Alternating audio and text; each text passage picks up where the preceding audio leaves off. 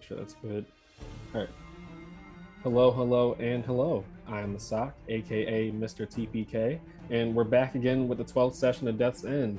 Last session, the players had their first day of school at Grey Kai Academy. Gabriela got fired by Furuj Sanjo, who apparently did so after her mentor and adoptive father El Kira angrily yelled at Furuj about making a monster. Azumi's declaration as being an Uchiha made some waves, and the new principal, Boat Muncher, gave the group the red carpet treatment. Uzi noticed strange dark clouds hanging over various janitors in the school that were acting strange. Then they had their first day of school, where they had to do some grueling workouts while taking notes. And after that, they talked to a couple classmates, and Uzi and Gabriela made a nemesis in their quote-unquote class rep, Hatasha Jizo.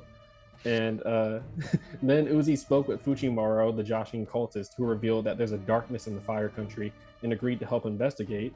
Gabriela was approached by Furuj Sanjo, who made her realize that the sandwiches she was supposed to sell at the college party were the same ones fed to the college students that turned them into zombies. So Furuj then revealed that members of his organization have gone missing, with roses being left in the last known location. He then asked Gabriela to bring the others with her to represent him as muscle in a negotiation with the underground organization known as the Rose family, who Furuj guesses were the ones that had assigned him to sell the sandwiches. Then Azumi, I'm trying to make sure I get everything. Azumi and Uzi got hall passes, but Gabriela and Mitsu Usuri ran into a terrifying beast of untold horror, which what was... was she? What'd you say? What'd you say, Gabriela? Yeah, Sorry for the bro. dogs. Oh, sorry for the dogs, sorry. Yeah. Gabriela and Mitsu Usuri ran into a terrifying beast, which was a giant goose in Shinobi battle armor that acts as the school's hall monitor. The group headed over to the Muddy Hag, a bar deep in the slums that acts as an entrance to Yomi, an underground city beneath the Leaf Village that houses the lowest of society. And then Azumi overheard a man harassing a woman and decided to step in. Afterwards, he came back with more of his friends, and that's where we pick up at the start of the session. I know it's a long recap. A lot happened last session. It's currently November 26th, around 2 p.m. You guys are skipping class, and that is where we start at the top of initiative. So, Uzi, you already had Barbodo out. You would have got some looks for that, but it is your turn. What do you want to do as you see them draw some weapons? There seems to be a lot of people that's going to be attacking, so he feels like he should respond in kind by summoning as much shit that he can. Yeah. So I already have Barbodo out, but before I give him my action, I'm going to summon another thing. The Piranha Swarm! All right, vet. The deadliest technique in my arsenal. And I'm going to be attacking the thug down here with the Piranha Swarm, as I use my action to summon it. Alright, let me go ahead and give the Piranha Swarm its name real quick. I gotta copy and paste it because I can't remember how to spell Piranha. 25! A 25, yeah, so go ahead and describe these piranhas as they kind of like ravage around like the person. As his right arm is controlling Barbodo, he puts his other arm towards the ground as water seeps through the floorboards, and between the two thugs emerges up from the creaks and crevices as it forms into a bubble with small piranhas in it. Then lunge towards the thug and begin biting at his arm. All right, go ahead and roll damage. 16. 16 damage. Yeah. So these are you killing this man? They didn't seem like they were gonna. They seemed like they were gonna beat you up, but you don't know for sure whether it would be like an insight check whether they had like lethal intent. But that's all up to you on what you want to do. They are not being killed. They are being incapacitated. All right. Yeah. So yeah, the piranhas swarm around this guy, and you see he was trying to bat them away at first, but his club just kept like smacking into the water and just passing through because it's water. And yeah, he is down. So let me go ahead and 16. He is pretty fucked up, but you said it wasn't lethal, so I'll go ahead and just drop him to 0. Then it's Barbodo. I'm going to use my bonus action to give him his stuff. Barbodo's gonna give this thug over here just a slam with his fist on the head, trying to bonk him out. All right. That one, let's go! Yeah, so it's just this big burly puppet that you're just getting used to. This recent modification you made to make him even bigger since the event of the Izanami Park. It like crashes into a desk as it tries to raise its fist, and the bartender kind of yells at you, "Hey!" Hey! And is that the end of your turn? Yeah, that's the end of my turn. Yeah, Barbodo currently has a section of the of like the bar table and everything kind of lodged into its arm, and that'll be Azumi. That's your turn. Where does Mitsu go, by the way? Oh, I gotta roll Mitsu's initiative. Good catch. Yeah. He rolls a 28. Not play.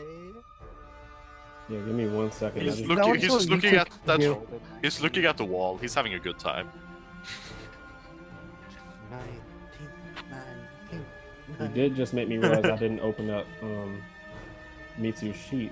So give me 1 second. 19. 19. Truthfully, I fully see him just seeing this like, cool, and then just watching. Let's see. He does have to prove his strength. No, that's he something has to do. doesn't. Yes, he does, because That's otherwise you wrong. won't let us through. He looks like a JoJo character. What do you mean? You got a The reason 16 why we on haven't initiative. went in... Oh. The reason why we haven't went in yet is because he has to prove that he's strong enough to go into the room. Well, Uzi and Azumi also do have to as well. But Yeah.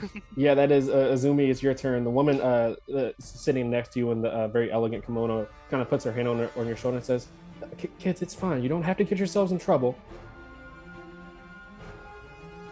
So, Izumi would smile to her as I no action mark my kunai. It's truly alright, as I am bonus action attacking. This one. Attacking that one. Main guy that started all this. I mean, I'm pretty sure I'm the reason this started. I'm the one who specifically said fuck you to it. Yeah, you did confront the thug as he was harassing this woman. Oh, a natural 20. Is it? Yeah, that's a dirty 20. So you're slashing this one right here. Oh, Thronaku. Throwing a kunai. Okay, cool. Yeah, no, so that definitely hits. You see the thugs are currently just kind of like mouths like agape looking at this big ass puppet that Uzi has. So yeah, that definitely hits him. Go ahead and roll damage. Barbodo. Alright, bonus action kunai, that doesn't use modifier, correct? Yeah, bonus action doesn't use modifier now. Okay. 2 damage, however, because my kunai was marked, even though it's close enough to not do, I will be spending 5 feet to teleport within 5 feet of it, and I am going to be striking at the other one with my sword. That's 2 damage. Let me see.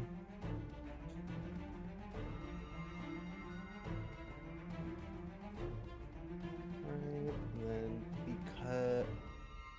I forgot. I should have stated that. Damn it. Oh well. Yeah, because it would have helped with this. Oh well. For this, I am gonna gain a +1 bonus to my critical threat rate. So it's fun. Alright, let's Main see. attack is attacking, 17 on the hit. I was trying to turn down the music a little bit. That is 17 definitely hits. Alright. So that is... Plus 3. And then because the puppet is next to me, I gain benefits of that, and... Little attack! This. Do I gain benefit of this? Yes, I do, so that becomes a 2d8. Okay.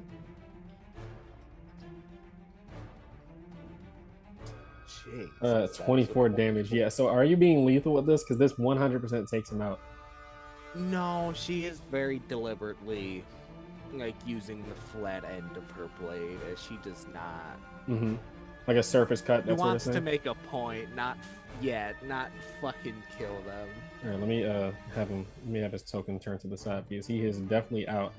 So go ahead and describe the sequence of events on your turn as you threw this kunai into the into one other dude, teleported right behind him, like took your kunai out of him, and then slashed into the other person.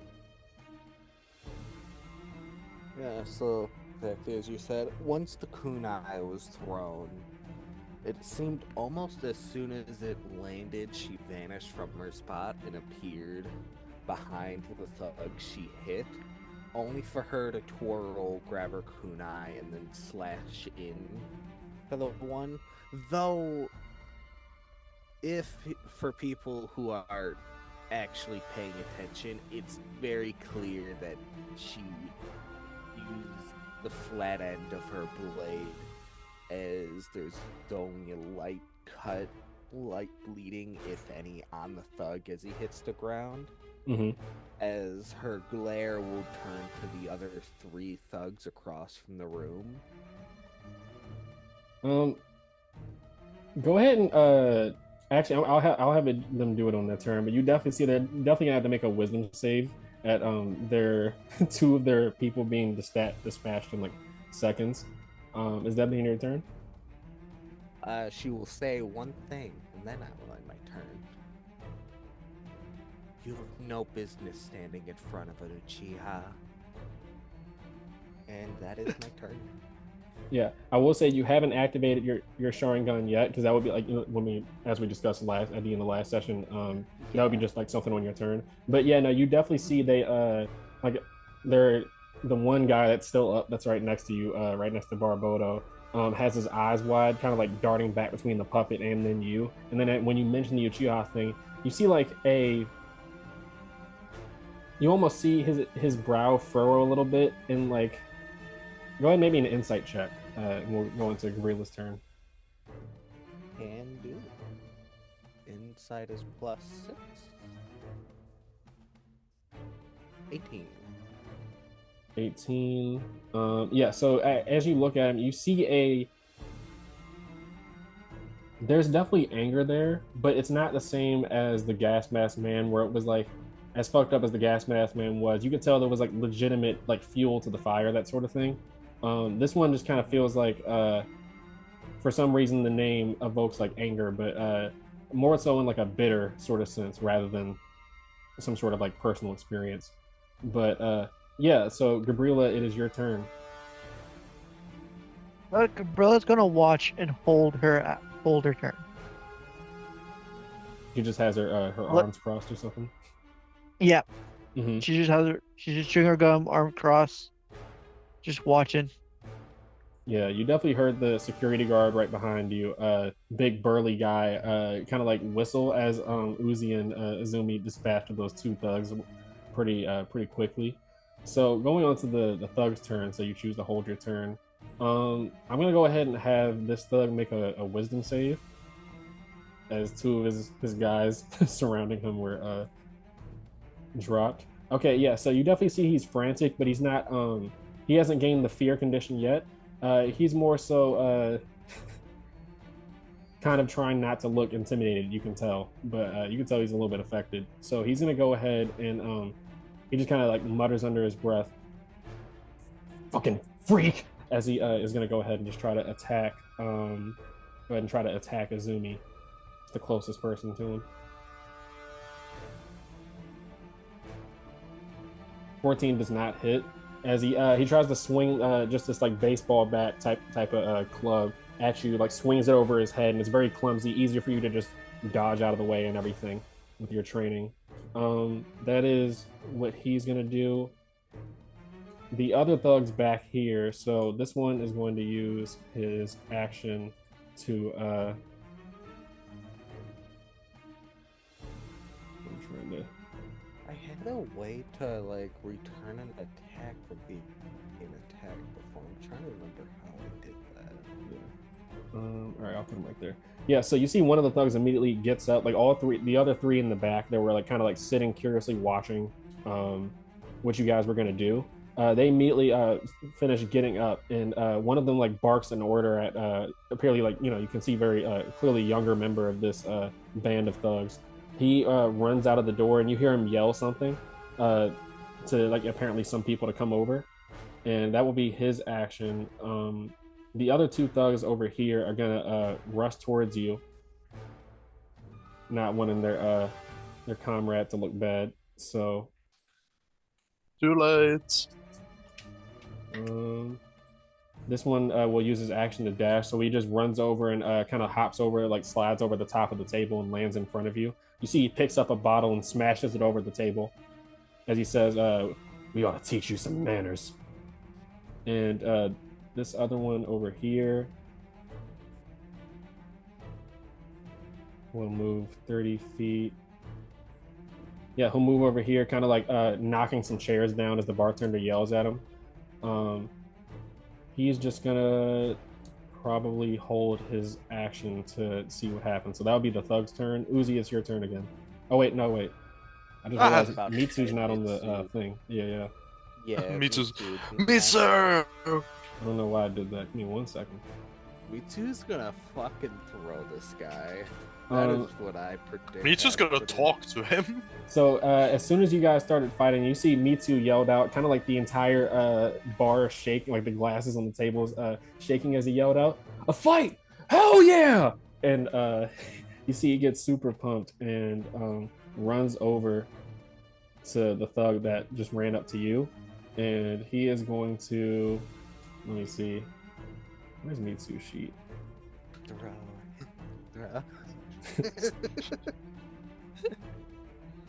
Okay, so now here's what's gonna happen. So let me see.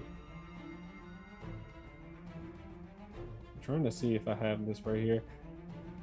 So he's gonna he can make a grapple attempt as a bonus action. That's one of his things as a grappler. He's gonna make a grapple attempt at this dude as he tries to. You see, he tries to palm his head. As a 25, so the villager has to beat a 25 athletics check. The 16. So you see Mitsu runs over, like boom, boom, boom, boom, kind of like creaking the floorboards beneath him as he goes and reaches out and fully palms this guy's head in his hand. And that, so this villager is grappled. And does Izumi tell him to throw him? No. Okay, yeah. My hope. He is just going to. Hello, Will. All right, yeah. You see, he says "fuck yeah," and he's gonna attempt to throw him out of the window. So let me see. How far away is this? About 40 feet. I'll just call this a DC. He's a regular dude, so I'll say a DC 10 athletic. Actually, no, he can throw him because his athletics bonus is 10. So yeah, he tosses him out of the bar as he says, "See you later." And the dude kind of screams like Wilhelm, like Star Wars scream as he goes flying out of the window. So he's fully out of this combat right here as you hear him groaning. Mitsu yells out, "Who wants more? I'm pumped!" And that'll be Uzi's turn. I'm gonna do something that I haven't done before. I'm gonna shake this enemy's resolve. I'm gonna try and demoralize him. Okay. Using the skill action. Let me see. Demoralize is a skill action? Yes, it's a proficient action with intimidation. Alright, bet. Let me go ahead and read that right quick, homie. I have your document up. Oh yeah, no, this is just the first time using these sort of things, so I'm interested in I'm waiting to see like whenever they apply and stuff. So this is pretty fun.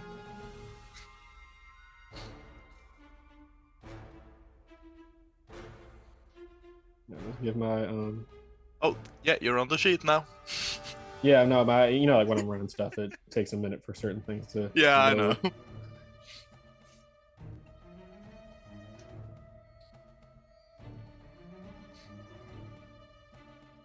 Intimidation. Oh, Okay, yeah, that's demoralize. so All right, cool. cool. So as an action, you can choose a creature within 30 feet of yourself to make a contested intimidation check versus the target's insight on a success. Let's use it. 2. All right, cool. Yeah, so go ahead and make me that intimidation check. I'll go ahead and have him make a insight check real quick. I would first like to really demoralize him. Your fallen allies lays before you, fallen and through the window. You can continue if you wish, but Barboda over here won't be as kind as Mitsu over there, and will leave you with more than a couple bruises if you choose not to, if you choose to continue this foolish path. All right. Yeah. So he rolled. Let me go ahead and just pull up the fear condition real quick. Funny. So a demoralized creature suffers a -1 penalty to its saving throws for each rank. Okay, cool. All right, yeah. So you see that his club in his hand is like shaking in his hands and everything. You notice that along with the other younger like thug and everything that had called out for more of their members and stuff. That he appears to be a little bit of a younger sort of age too. The other two guys that you guys dispatched of seem like the quote unquote like leaders of the group. So yeah, heavy breathing and stuff, and you still have your bonus action as he is standing in place, but like legs and hands shaking. Yeah. Do you wish to give up, or shall we continue this?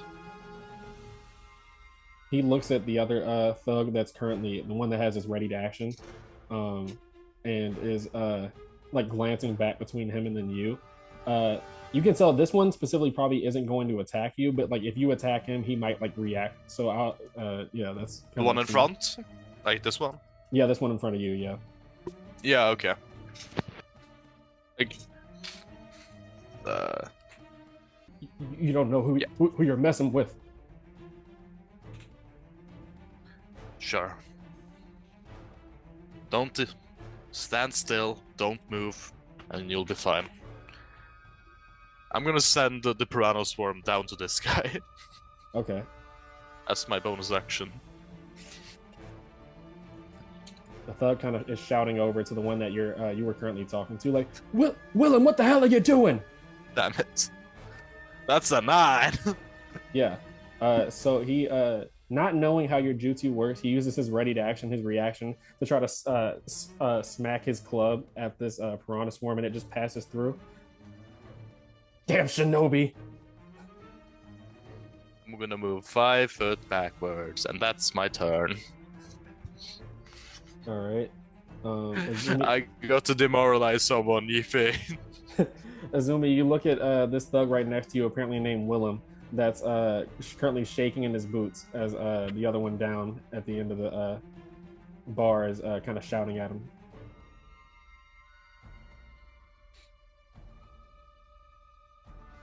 With a she would think of something, debating if it would be worthwhile.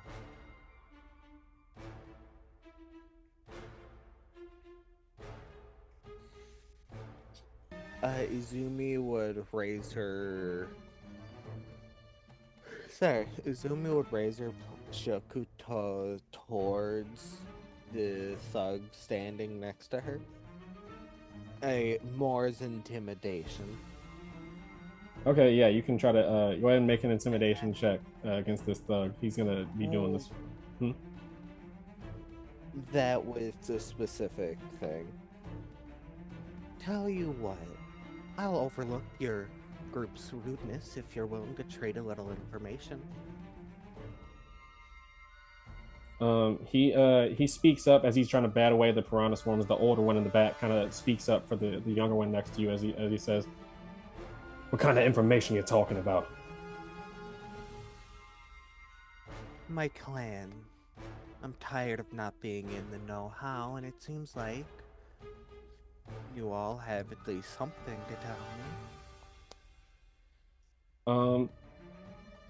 Uzi, go ahead and make me a maybe a history check, as you kind of it's something that you would kind of notice that their accents don't appear to be fully like, or their dialects don't appear to be Fire Country dialects. You want me to do it? Yeah, it's just something Oh, that I okay. think you would recognize, or maybe Azumi, you can go ahead and make it too. Yeah, I was just like, yeah, this seemed like a Izumi moment, but alright. It's just because you're a politician that you're familiar Woo! with different 23! dialects. Azumi, go ahead and make What one is too. the roll? A history check just to try to I do understand not their have potential dialect. proficiency. I do not have proficiency. 22. Ooh, let's go! 22. We're history people. That makes actually, yeah, that makes sense. Okay, so you definitely recognize that their dialects aren't native to the fire country. The one next to you, Azumi, apparently is. Let me make sure I'm looking at the right thing.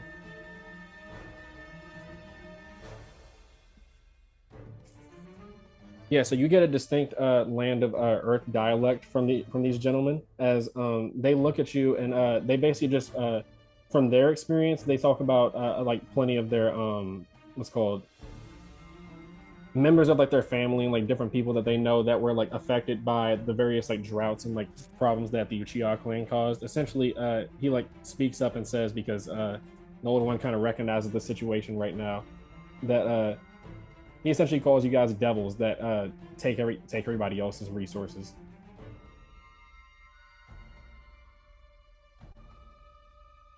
See. You know what, the Izumi would sheath her blade, showing that she is very much fine to stop the hostilities if everyone else is, and I will. This is a whole Turner action moment. Okay. Definitely an unexpected turn for I didn't know how you guys were going to handle this, but I will say Gabriela is next here. Yeah, Gabriela, that Unless is she wishes to I don't know what's going on with my Nice. stuff. There you go, Gabriela. Carlos will hold her turn again and see what the thugs would do. Okay. I have started the pacifism route. No, After more missing like- with the Piranha's worm. She's more like checking to see what you guys would do in her type of neighborhood. All right. What Yeah, click no, you this claim? This is a pretty regular interaction for you, Gabriela. You've had to rough up some groups before that. You know, when you step into their territory, this appears to be something similar to that. However, you do notice that it is a little bit strange. The Leaf Village isn't super accepting of outsiders, so these guys being or at least having some sort of turf up here while not being from the fire country apparently is news to you. That sort of thing. So yeah, as the other thugs, you see the younger one, or the youngest one that had gone to call for a couple of his boys and stuff. They kind of like crash into the bar, asking what's going on, and the older one kind of tells them to shut up, and they all just kind of stand down. I will have this one right here make a wisdom save, or actually, I'll probably say an intelligence save here. Jingle, jangle, jingle. You can tell this is still a situation where they don't want to lose, street cred, that sort of thing. So Yeah. I'll go ahead and have them make a wisdom save real quick. Yes! That fucking one. God damn. Red be damned, they see Gabriela. So you see a couple other like patrons in the bar and stuff, like very like rough and tumble sort of guys. They're just kind of enjoying the show and stuff, and you see that you've been noticing now, like kind of like snickering and laughing, like you guys are kids and you guys are hear like mumbles of like essentially along the lines of that, like well, you do get the name of them now that I think about it. Let me make sure I get it right. Let me see. You hear like phrases like, looks like the undertow has gone soft, like that sort of thing. You kind of hear that a couple times, mentions of the undertow not being what they used to be, apparently. As you see this older gentleman, the uniform with like the blue sort of leather padded armor thing that they have. He kind of shakes his head, and you see he grips the bat in his hands and says, "Willem, kill him." As you can see, he's not going to make the intelligent decision here. not wanting to be embarrassed by a couple of kids. Unfortunate for him. Very unfortunate. He did roll in that one after all, so he's going to try to protect his pride here, and he orders the others to attack as well. So Mitsu, throw him. he is going to run up to Mitsu and try to attack him. Gabriela, you can go ahead and take your turn now if you wanted to do that. I'll let you do that actually because you've been holding your turn for a little bit. All right. You see that they've decided to attack, but as you're about to attack, you notice that you get a tap on your shoulder as you see on Goldor, your very chipper and gentlemanly spider taps you on the shoulder and says, "I think you should tell them that you want to have tea time and have a little bit of a relaxing conversation."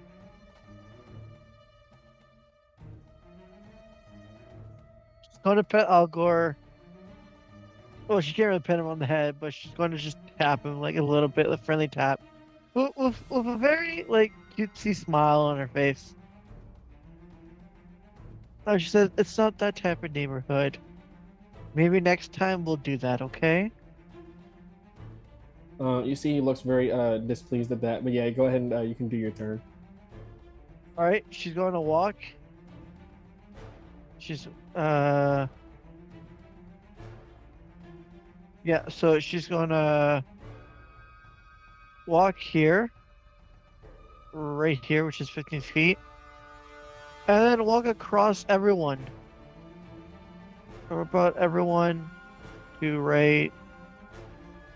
Well, about Dodo's spot, to right here. So that's about 45 feet of movement. Okay. And then she's going to finish with a 55 right here. And she's just going to look at those four with two charming smiles, like, "If you wish to go by, you must first survive." All right. Yeah. And mm-hmm. she sees if they'll recognize her, or if she's too well done to be recognized as Gabriella, the Street Fighter champion. Yeah, you've gotten that impression. I'll go ahead and give you that. You don't have to make any sort of roll for it. You've gotten that impression as you've gone around that like there's certain people that are like, you know, not recognize you when you walk through certain parts. You've at least you yourself has gained like a decent reputation for your underground fighting in the Slum Chums and Dumbs fight ring, but Fruge obviously didn't. But they don't appear to at least be intimidated by you yet. But you can tell they're wary of you. All right. And she's going to hold her action to see if they come close. All right, cool. Let me Would see. Izumi be able to act on her thing as well? I'm sorry? Because I wasn't sure what it would be, because I technically used a free action on my turn, so I wasn't sure how holding a turn worked. Would I be able to use a held action? Yeah, so essentially when you hold an action, it takes an action, like a main action, to hold an action, and then essentially that is something you can trigger as a reaction. So let's say you want to hold your action to use this for Sing On that you have in your hand or something. Yeah, you use an action to hold it, and then at any future point before the start of your next turn, you can use your reaction to do it. All right.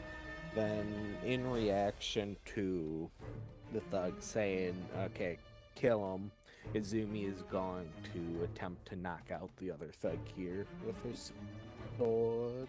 The younger one next to you? Yeah. You son of a bitch. Is it worth it? Fuck yeah, it's worth it. Will of Fire. Yeah, go ahead and use your Will of Fire. I know you have one left over from... Oh, is that a crit? That's a crit. Yeah. From crit to crit. I don't even think that... Don't even roll damage. Just... He goes down. Let them roll damage. I really don't think it's needed. I will, more just to remind me how much, but fuck it. Yeah, go ahead and actually roll it just because that'll add some intimidation, potentially against these other guys that are looking like they're about to attack your Gabriela. So 2 becomes a 48 plus 3 plus. We agreed that lethal does not double on a crit, correct? Yeah, no, that's just I don't want 100 damage I yet. agree with that. Yeah. I did not remember. Understandable, honestly. Then that should just be the 48 plus the 2d8. Oh. 30 damage. So the way I kind of see it is that you can describe, you knock him out with the butt of your blade, right? Yeah. Is it just like a quick like, are you doing this up like appearing to be like forcefully, or is it just like a quick not tap but a quick strike that just sends him falling? It would be it would just be a quick strike. As soon as Izumi saw that they were not going to stand down, she wanted to take him out of the fight, seeing that he was just following what he's told to do. Mm-hmm. All right, well, that definitely won't matter for the guys that just got here. Didn't obviously see the what you did in the first round of combat, so that's just what that's for and everything. I'll go ahead and make that attack roll towards Mitsu real quick, but afterwards I'll handle some stuff depending on what Gabriela does. So he is going to make an attack. Let's see. There's a 13. So you see that he tries to swing a bat and try to hit Mitsu in the chest, and the bat breaks as Mitsu kind of looks at him with a smile. And that will be the other thugs over here. So can they even get to you without a dash? This one can. So the youngest one in the front. Mm-hmm. The youngest one in the front is going to have to make. I'll go ahead and make wisdom saves actually just for all of them. It'll just count towards one for. Yeah. So seeing Izumi effortlessly like kind of dispatch of this the one thug next to her kind of makes all of them. You see they're like very much shaky, just kind of like yelling like charge, that sort of thing. So this one with the youngest one will take an attack towards you, Gabriela, real quick before I handle the others. Before he takes an attack, as soon as he steps into my field, my reach, yep. Can I use my ready action to just strike him quickly? Yeah, go ahead and use your reaction to make an attack. Okay. I'll handle the other guy's movement while you do that. Yeah. So I have my knuckles ready. So that's +7. Equation.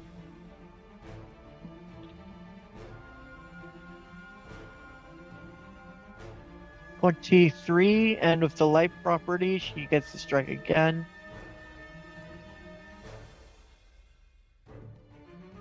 So 23 and 15. 23 and a 15. All right. So, oh yeah, because your thing's at the light property, so it's 2 attacks. Yeah. So both of those hit. Go ahead and roll damage real quick.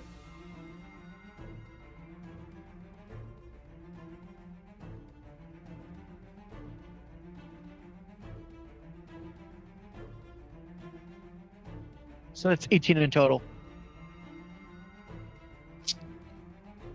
18 in total. Are you doing this lethally? No, she's not doing it lethally, but as an intimidation, saying, if you get close, you'll easily go down. Yeah, you can clearly see the youngest member of this sort of group and everything had looked at his boys and yelled, oh, we gotta show them what we can do, and kind of ran with a half-hearted. It's like the opposite of when Captain Ervin led the scouts and stuff. That's a spoiler for Attack on Titan, sorry. But yeah, it's the opposite of that sort of scenario. So they're all running on shaky legs, and the youngest one tries to go to attack you, and you just go ahead and describe your strikes as you knock him out. She just does a quick punch in the guts and then a quick uppercut, followed right after. So these other thugs kind of stop as soon as that happens, as they look at how there's 1, 2, 3 of their members that are on the ground, and then their leader's bat just broke on this 6'3" guy's chest. So they're gonna just basically be holding their actions, kind of like standing in place. Mitsu, that's gonna be Mitsu's turn. He is going to just straight up try to punch the guy. I'm the old man.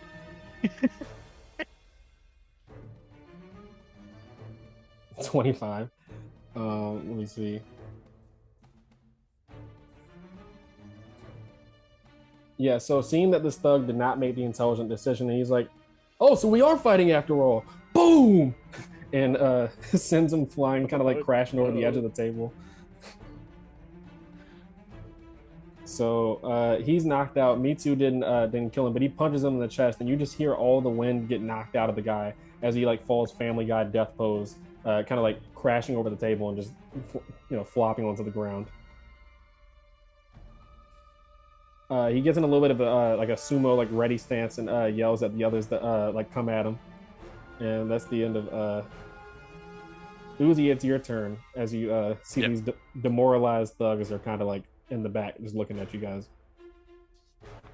Perfect. Let's see. Bonus action, I'm gonna give Barbodo some actions and movement. I'm gonna move him over here. Actually, can I? Probably gonna move. Right, give me a quick second.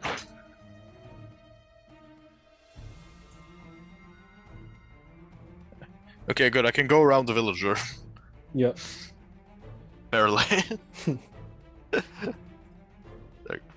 Villager, like these people are just enjoying the fucking show at this point. He was just enjoying a drink, and then the puppet is like brushing past him, so he just kind of scoots over on his stool a little bit and just moves to another one. Yeah, I get that. Now I had something else prepared. Oh no, that's cut off. Okay, I take it back. And Barbodo is... Ah, shit, it's out of reach.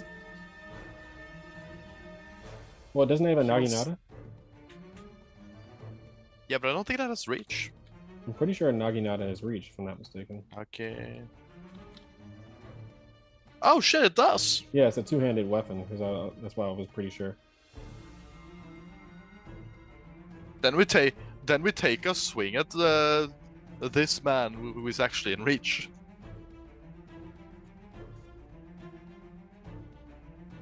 Yeah, 18. 18 definitely hits as the Naginata like slashes into him. 11 damage. Wow, that's really good. 11 damage. Is this a surface cut like Azumi's been doing, or is this like a full killer blow? He's trying to keep it casual. No one's going to die. Yeah, hopefully. So it slashes through the guy's like padded sort of shirt and everything, and he goes down. Is it this one right here? Yeah, that's the only one that I think that's currently accessible. Just making sure. Then the Piranha Swarm. It's gonna hit this target, hopefully. Oh wait, no, sorry, that guy's down. I gotta my move to the favorite. side. Oh, apologize. Your Piranha Swarm is like my favorite fucking jutsu of the campaign so far. I'm not. It costs. It's so effective. It costs 1 chakra. Well, that's probably because of your trade as well. Yeah, that is 100% because of my trait. Yeah, it's so effective. It lowers the cost of jutsu. Yeah. Damn. Why wouldn't I spam that? It costs 1. Alright, alright, well, then... am I allowed to retract that bonus action? Nah, you kill him. I'm joking around. Yeah, you can do what you want to do. Alright, because I don't actually think I have anything else to use that bonus action on, so... Good throw, Kunai. That's all. That's all up to you. Oh, right! I have weapons! You have a cannon, remember? Oh yeah, that costs an action. Yeah, that chakra blast is an action. Damn. Yeah. That costs an action. I used my action on Barbodo because I You're thought gonna turn into fucking Iron Man. I'm gonna turn into the Punisher. I don't have the other one. I'm gonna turn into the Punisher if anything. Anyway, as it seems like I cannot do anything else. Kumanai! Is that a 14 to hit? Yeah, we can just use that. It's Okay. this. No, actually, it's 13 then. 13. So Yeah, that was 13 for- still hits. Yay! I'm gonna activate my offensive tactic, which lets me add my intelligence to the damage. I don't Nice. add. I may not be able to add my dexterity, but I will add my intelligence. 6 damage. 6 damage. Yeah. So the kunai you throw just like sinks into his torso sort of area. So you see it draws blood, but it's not like a killer wound unless you're like throwing at his like throat or something like that. I'm throwing at his legs. Yeah, he grunts in pain as he grabs his like thigh and stuff, kind of dropping down. Any second, you can give up. I'll stop then. I end my turn. I wouldn't even like make you guys make an insight check. You can tell the wait, damn, yeah, it is 2 remaining guys. The 2 remaining guys are not looking too keen on continuing this. It's your turn though, Izumi. Izumi is gonna step past this full 5, 10, 15. Again, she's sheathing her blade, not seeing them continuing the attack. I will ask, to be thorough, would either of you two know anything about my clan? The 2 of them. Yeah. The one that's kind of like dropped down to one knee, kind of reiterates the same sort of thing. Even though you can tell he's not from the Earth Country, he just doesn't seem. Well, I'll describe after he says it. Yeah, he definitely goes along the lines of like you guys being known as like devils who basically enforced like heavy taxes on everybody, and like he basically says like you guys are primarily one of the reasons, along with the Senju clan, why we have to exist.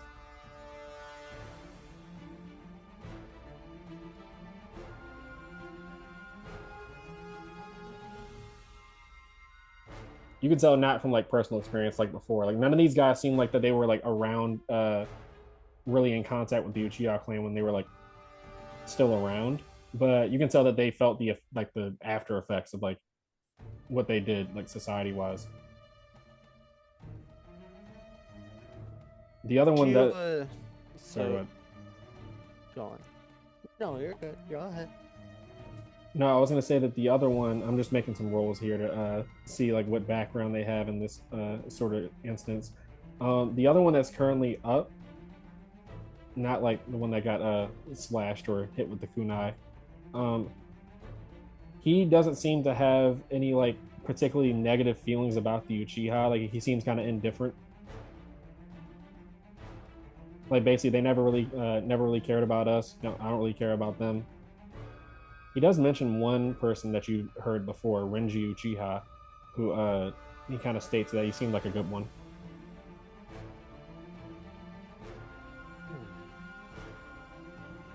Thank you. As she will say, as she is going to, again with her sword, she is just turning and walking back to where they were. Well, I guess back to the lady. That would be my turn. Okay. Gabriela, you see this this thug that was currently just speaking to Izumi, and the other one that's dropped down to one knee from Uzi's kunai. They look like they're gonna go start trying to just pick up their fallen comrades and everything to drag them out.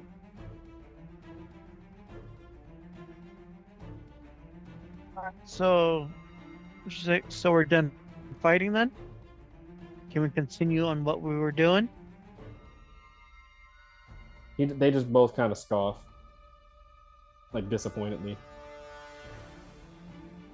Do whatever you want. I'm glad we have an understanding.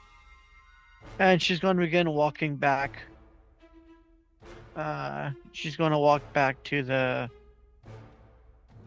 person and signal everyone to follow her to the back now. She's going to look at the bouncer and say, "Can we go through now? We wasted enough time." Yeah, I'm gonna go ahead and just clear initiative real quick because you guys definitely give me 1 second. Demoralizing was the right choice after all. Yep. No hit run going great.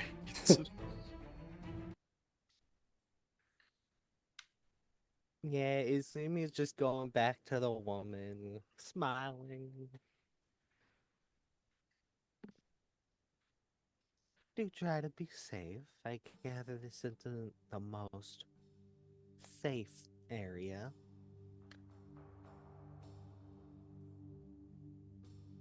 So I'm trying to make sure everything's started up. No, you're good. All right, cool. Yeah, so just quick time lapse before you talk to this woman. Yeah, these the remaining guys, the one who has a kunai in his leg is bleeding pretty profusely, but it ties like his bandana around it, and he's just cursing to himself. He gives you a glare and kind of barks at one of the younger one that's still up to drag the rest of them out of there. So you walk up to the woman and what did you say? Do try to be safe. I gather that this isn't the most safe area to be. You see, she looks at you with like a very sympathetic but like thankful look. As yeah, she thanks you, but says, "You all didn't have to do that for me. All right, you have your own. You said you're a Uchiha, right? I'm guessing you're Izumi." Yes, I wasn't expecting anyone to know my name. I have a couple nobles in my clientele, so I've heard talk of a Uchiha announcing themselves. Thank That you makes for sense. thank you for helping me. I just you really should be careful about going around making enemies, all right? They're not the type of people you want to get on the bad side of, okay? Even if you are a clan heir. I have much to learn about my clan and its actions. However, I still have to uphold at least some of the morals of my clan. I do not seek fights, but I will not stand by and watch others in a less fortunate situation when I can assist it. Though I do have business to go tend to, so please again, stay safe. Yeah, the woman introduces herself as her name is Miko Hajime, and yeah, she just gives you a she stands up and gives you a little bit of a hug. You kind of get a sense of a bit of a standoffish vibe about her and everything, but she's clearly very thankful and gives you a hug and says, "Well, I was actually about to go head down to Yomi. That's why I was surprised about it." But moving over to you, Gabriela, yeah, you walk up to the security guard, and Fruit Sanjo is kind of patting you on the back, like like a bad TV. Like, see, I told you, these are my employees. This is how I run. Fruit Sanjo, like I said, FRUGESONJO. Remember the name. Uh, yeah, and the security guard looks at you guys and kind of whistles and is like, all right, all right. No check needed. Uzi and Azumi, you guys have had enough experience with like outsiders to know. He has a very distinct Land of Wind accent. This security guard. Um, he looks at you guys and says, "Look, I don't know what business y'all got down down below in Yomi, but I'd be a bit of a dishonorable bastard if I told you I couldn't let you through after I just said you had to be able to handle yourselves."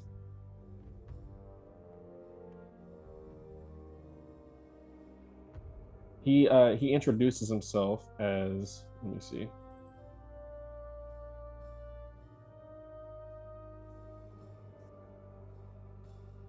Let's see.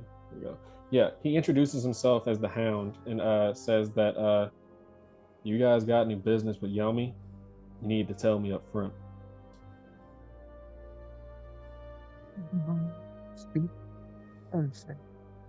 I'm only here because Fruge is giving me my final job.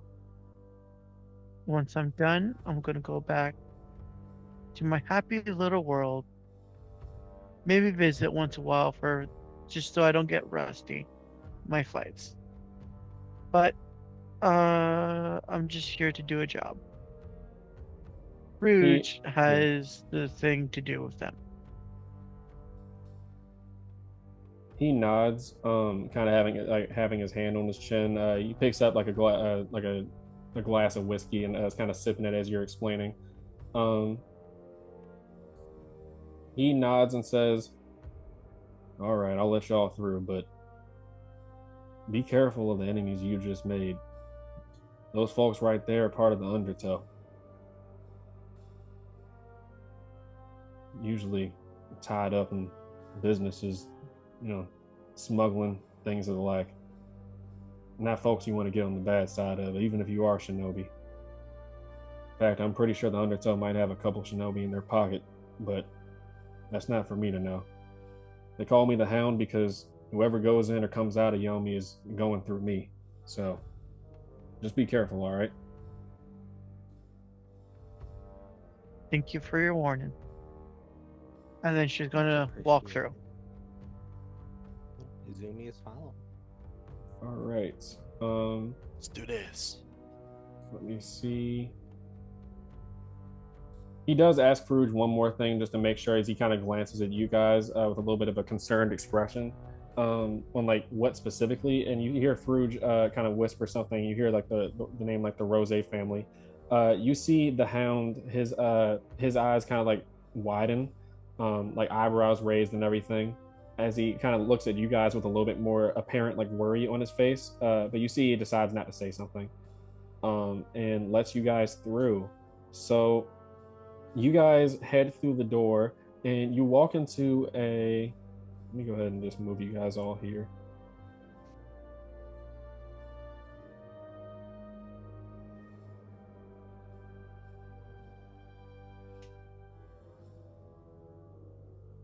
I unintentionally stole fucking Uzi's spot. I'm sorry. Let me see. To specify real quick, the sandwiches that Gabriella was supposed to head out, it was told to us that this family were the ones who provided that, or was only Gabriella told that? Farouj mentions that a lot of the dealings with a lot of like the main members. This would just been something you, if you asked like on the way, he would have given you a synopsis of. Essentially, a lot of the usual deals don't go through because Shinobi could easily. There's like plenty of ways. You could end up getting interrogated by Shinobi. So there's a lot of like middlemen that are being used. He explains that he got his assignment from like essentially a middleman, so he doesn't know specifically what they're like who they were associated with. However, considering that the signs of everything, he would strongly guess that it was the Rose family, based upon the fact that members of his had gone missing and had roses in the location, which is usually their calling card. That and he's actual like Rose thugs kind of like show up to look for him and stuff. Sorry, gone. Yeah, fair enough. Izumi will quietly tell Gabriela and Uzi that this could be connected to the Halloween festival.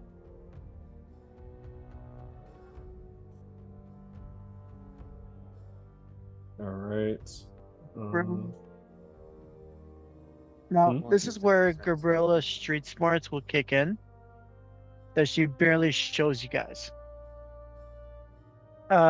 She would say to Izumi after she gives us the warning, she's like, "You came out as an Uchiha and you need politic advice or assistance the best way to get votes, power, especially on the streets, is by with the people of the streets. Yes, that's the best way. Ask the wild child, not the actual politician. Good idea.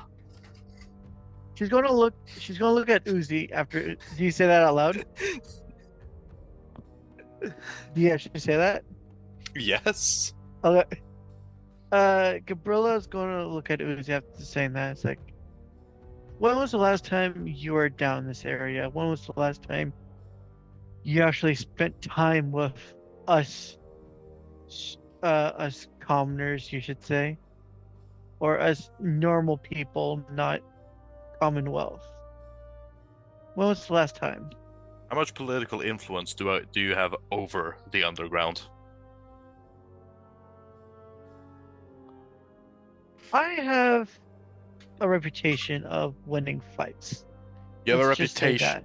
You have a reputation among what you call the less or the normal people for winning fights, not as a political candidate.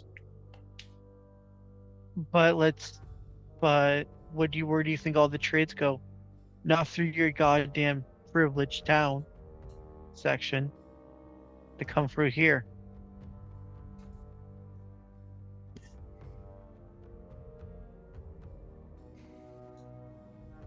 It's may Can't go see- through here. Has its merits.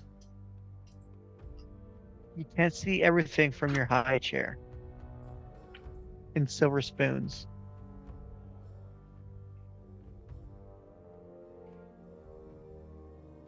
Mitsu kind of speaks up, looking like he wants to be included. It's like, oh, I always have to use a higher chair because I'm usually a bigger guy. You know what the fuck I'm saying. So, like, I get what you're talking about. He has to use a high chair. How Ow! taller must he be? Well, he explains. It's he his mainly has the- family giants. Oh yeah, the Usuri clan well, he would have explained it if you guys didn't know. Uzi, you already are well aware, but yeah, they're basically the Inuzuka, but they use bears. Oh my god! Oh, that's his clan. Yeah, I knew of that. I didn't know what. Oh Jesus! Okay. I know Yeah. about like Size Ursa. make I a know lot about the more Ursa sense. bear, but what the hell? I'm Yep. terrified. Okay, fair enough. Yeah.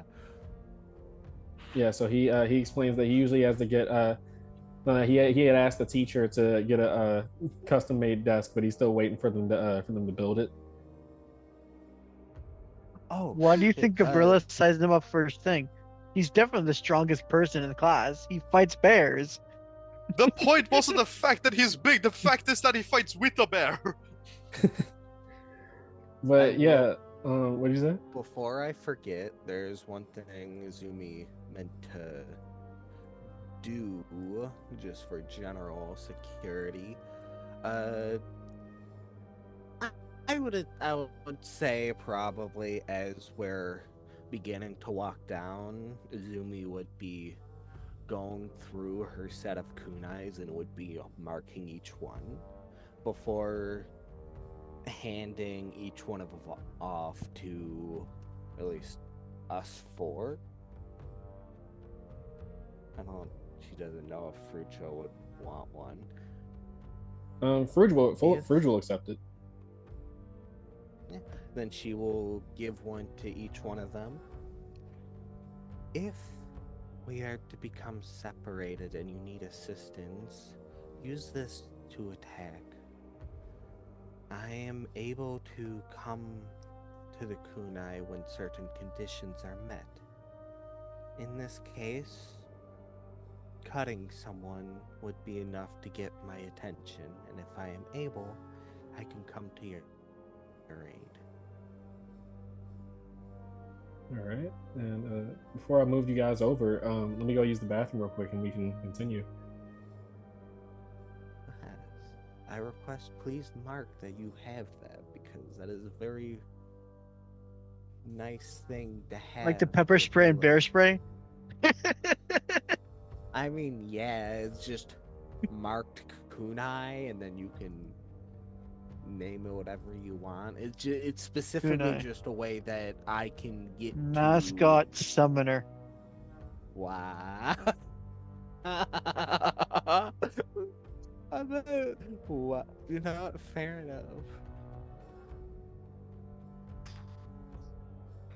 Uzi, what's your thoughts on that?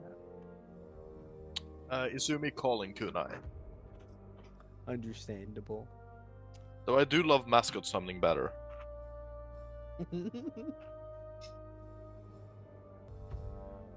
Uzumi's getting fucking mentally ready for, in her mind, people partly responsible to the zombie outbreak.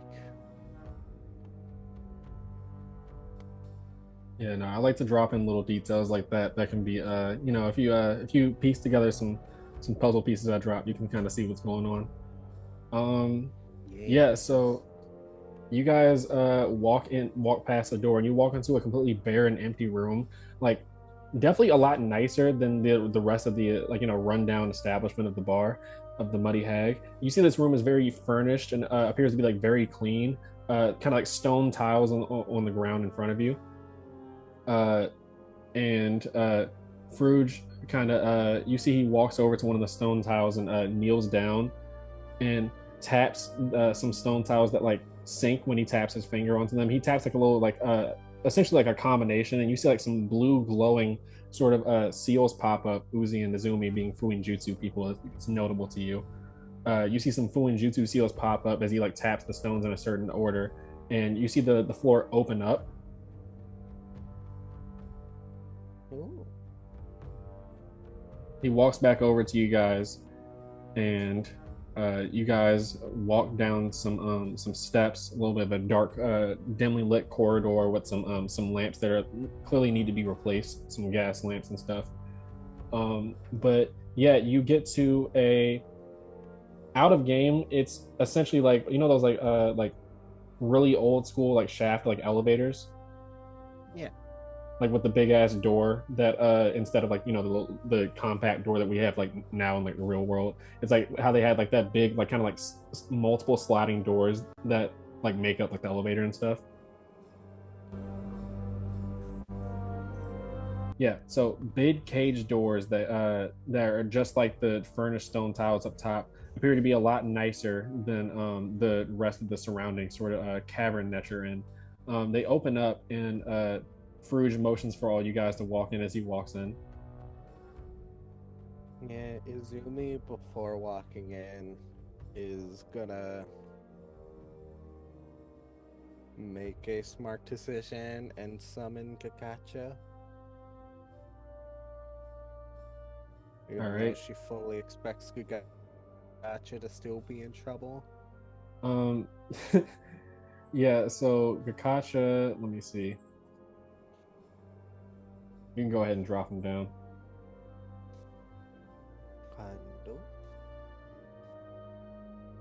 I gotta remove the area of effect because that's his dark vision. Yeah. One Just have second. to update my chakra.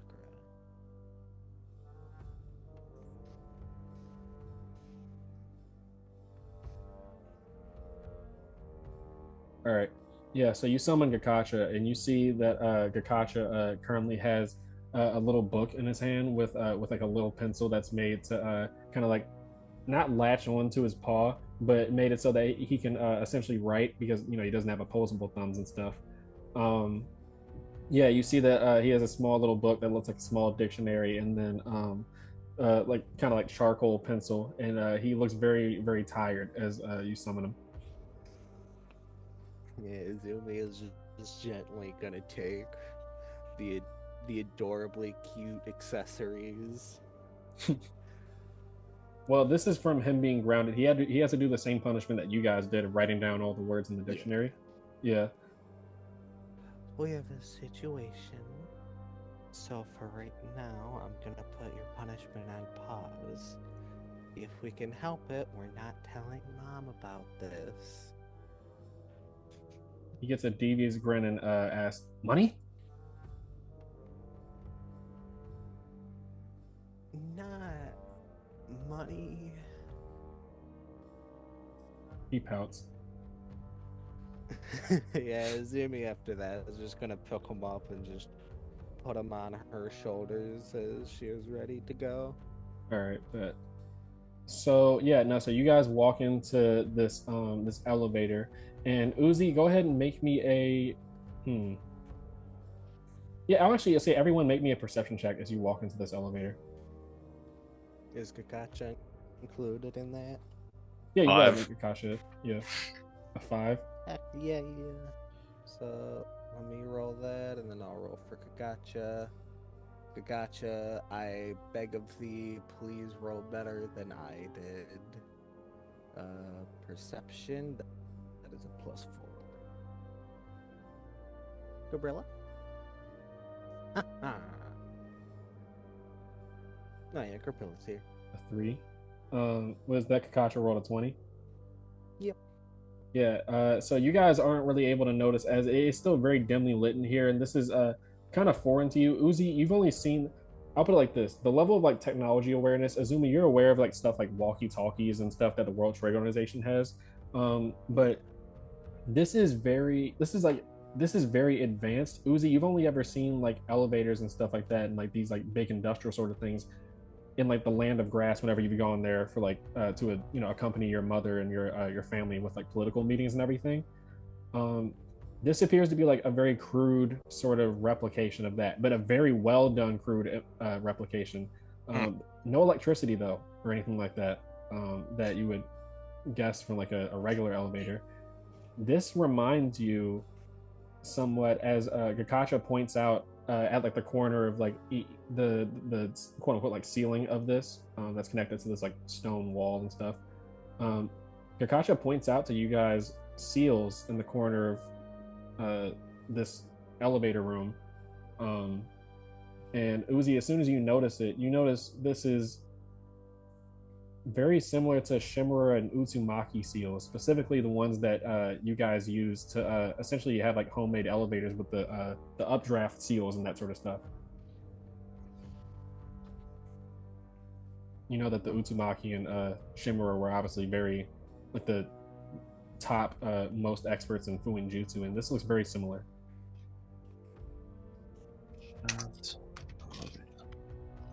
Yeah, it's just something you notice. But yeah, I'm adding it to the book. Yeah, I figured you were. Let me make sure I have everybody added. Give me 1 second.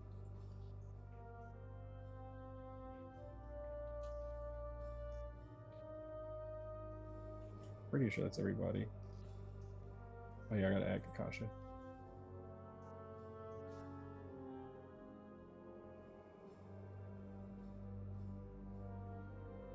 I will ask from a politician's perspective. I am interested.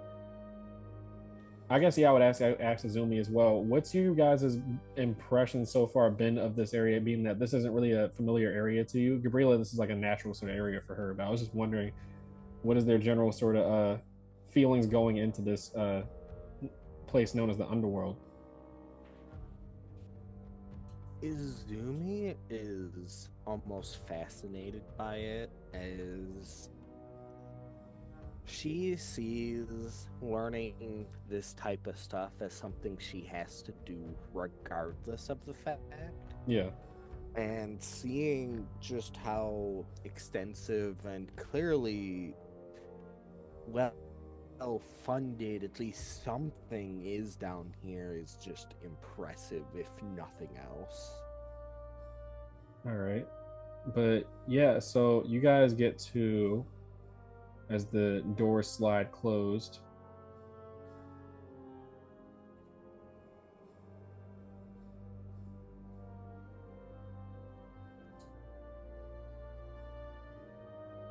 all right. Yeah. So as the doors slide closed with like a thump, you hear some like some sounds of like whirring and like you can kind of feel almost a little bit of chakra wash over you a little bit. As you can tell, these mechanisms are very chakra related.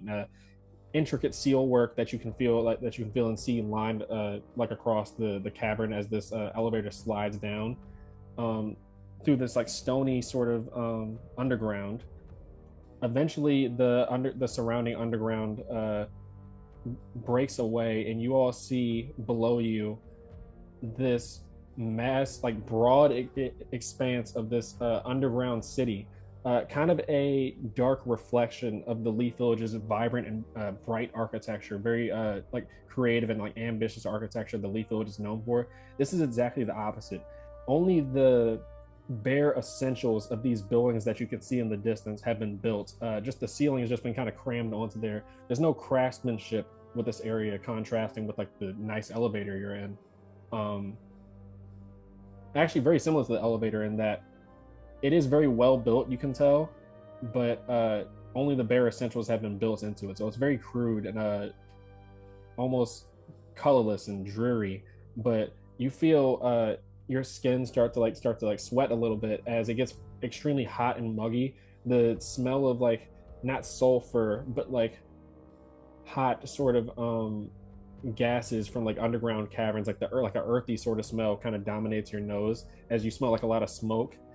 Um, you see below this expanse of this city that it's built into essentially like it's built around this underground like cliffside or like mountain. As you see like cast iron supports, very similar to like Mustafar almost. Various like cast iron supports are built on the bottom of these like surfaces that the buildings are like built on and everything. You see like chains that are like connecting various parts and stuff. As bubbling beneath it, you see split into, there's one half of it that is like a sea of like lava that is kind of like bubbling up and kind of like splashing onto the cast iron supports. You see like seals kind of appear on the iron supports and everything that appear to like resist the lava. And the other half is just some steaming water as you kind of like or have like an overtop view of the city. What's everybody's sort of reaction to this place? This is all the first time you've been here.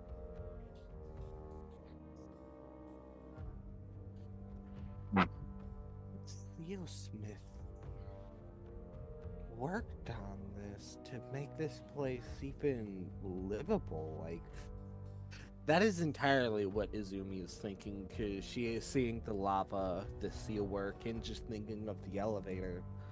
Like, to her, like, what Seals Master, Seal Smith, is down here or worked on this underground section for this place to even come to be. Like, this is completely new to everyone, right? There's been no aforementioned mention of this as any characters' lives, right? Like, yeah, you knew first of the moment. Yeah, you Uzi, you're the only one that actually knew of the underworld, just because your mother and like your family is very well acquainted with the information of the city, so you know of it, like that there is an underground city called the Underworld. But you've just been told never to go there, never like to. You guys never have to deal with them, really. Yeah. So yeah, this is the first time you're seeing it in person, though. Just this vast like city, apparently built over top of a sea of lava and steaming water. As just looking out over all of this, his eyes sparkle a bit as this is like completely uncharted territory, and being the mischievous little joker he is like, oh my god, I can see why they didn't want me to go here.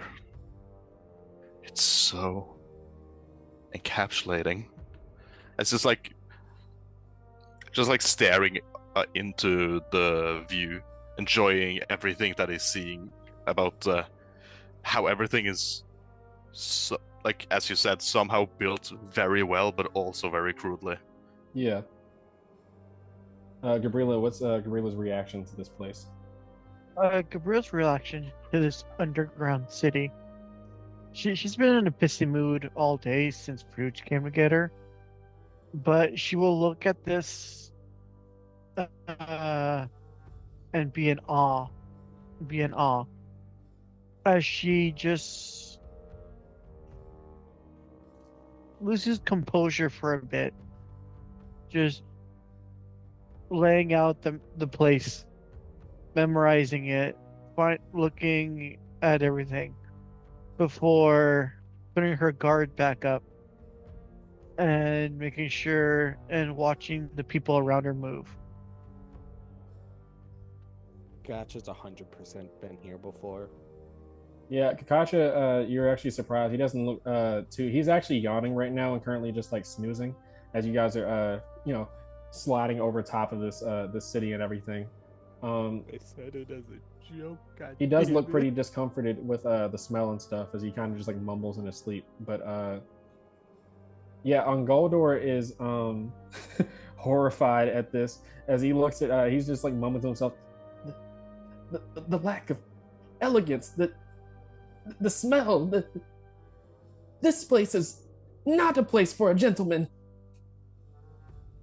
Um, but yeah, no. So you guys eventually this elevator stops as you feel like like a sharp like jolt of it locking in place. The door opens and you see like a couple of like very like shady characters to say the least are just standing there and appear to be like another like line of like I guess like guards as Fruge walks out and says they'll handle this real quick. You see him negotiating with a couple of them as they kind of glance over at you and stuff. Um, and let me see. Go ahead and make me an insight check real quick. Everyone? Yeah, yeah. Sure.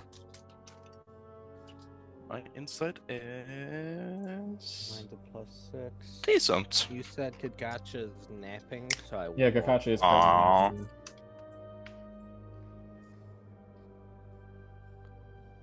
let me make sure I actually. You guys' RP rolls are the Nice. exact opposite of your combat rolls right now. Yeah, this time. I got Um, a 15, thank you. Yeah, 15 is fine to at least notice that Fruge appears to be like jumpy about something.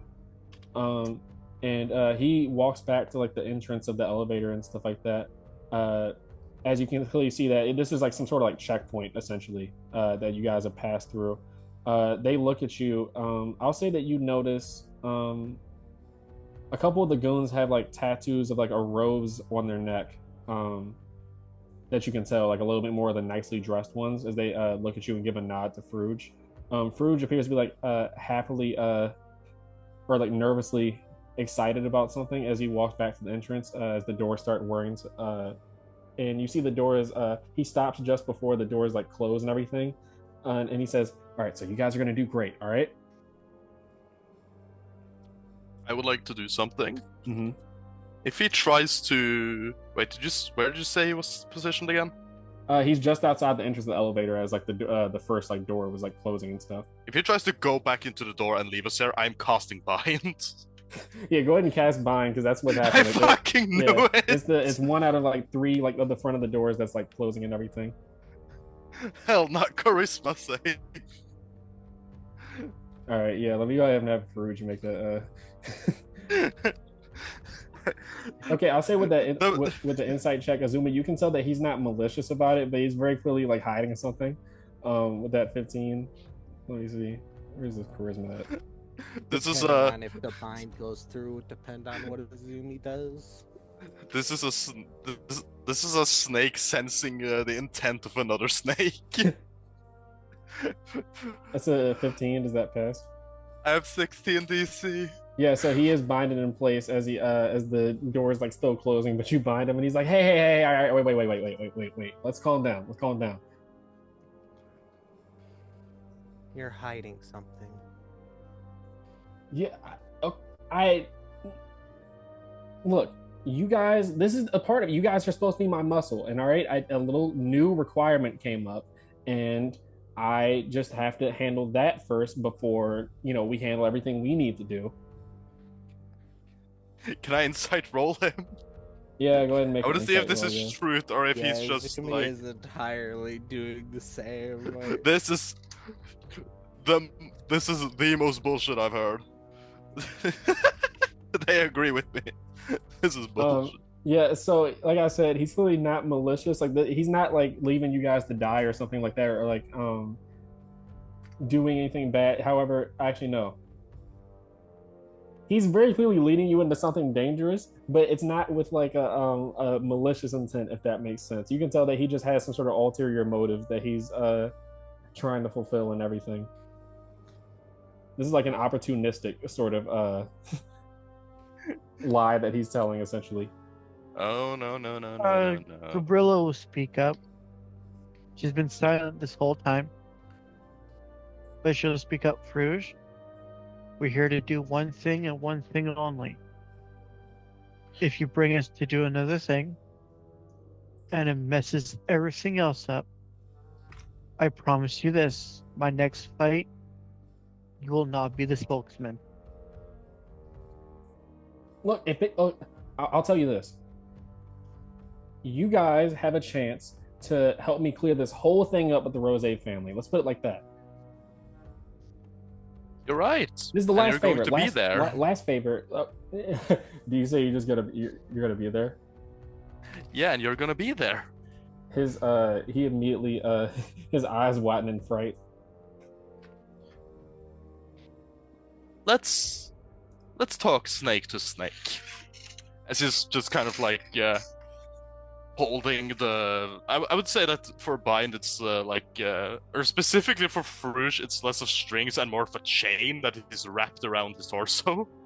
Yeah, so you can. I'll just say like you can just yank him in there if you want, because he is restrained. Like he's going to tighten the chain a bit, but it's not going to yank him.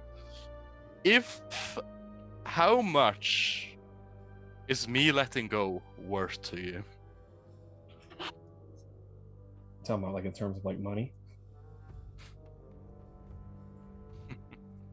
Money, items, other valuables. I'm not picky. If you let me go, then I'll give you a cut of. This is still related to the Rose family. I promise that. All right. How big cut we're talking? I mean, like, how much would you want? Like maybe like 10%? 20. 15? Deal. He goes to try to give you a handshake, but his hands are binded in place by your chakra threads. I walk up to him as I hold out my hand. Like if he shakes it, I'm gonna let go with the other hand as the chakra chain just kind of like disappears one link at a time. Yeah, he gives you a handshake. As it's disappearing gradually, Izumi is gonna speak up. A very icy stare. Just know that I will be returning this, and I expect you to give me information. He nods, kind of like frantically. He's like, "Yeah, I'll give you any information you want. All right." He's like sweating right now. I'm glad we have an understanding, Izumi says with a smile. All right. But unless anybody say anything else, the elevator doors are still closing. Yeah. All right. So let me snake see. to snake. Let's go. Yeah. No. The impression that you got from him is that this is like a guy that like he very clearly feels like he's about to hit it big. I'll put it like that. On the Vegas mindset. Yeah. Izumi has a hunch in the back of her head, and she is giving him the benefit of the doubt, seeing no malicious intent. I mean, if he's fucking with us and this does lead us to like a fight to the death, we know where he lives. And I'm not saying we kill him, I'm just saying an accident is going to happen. That may or may not involve Gabrilla, a Joshin cult member, and some other people. All right. But yeah, I'll tell you this now. Mm-hmm. It wouldn't be an accident. Gabrilla's going to purposely break his kneecaps. Yay! Yeah, so you guys, the elevator doors close, and you guys kind of hear the whirring and the feeling of chakra washing over you again as you go from over top of this city to going straight down, and you appear to be going straight down one of the walls along this this cliffside, this underground cliffside that the city has been built right next to. You do eventually. As the elevator is going down, Okay. how much do you want to bet that we were just signed up for a battle royale? 100%. I would like to bet for that, not against it.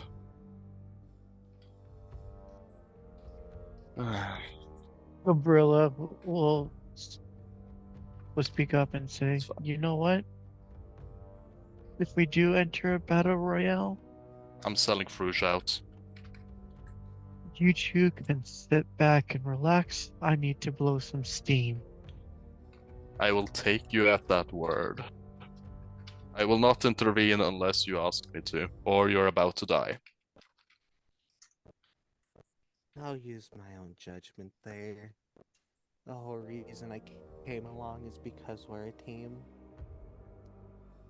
Which I'm very thankful for, and I'm great internally in your dad. Uzi, I just owe you some money.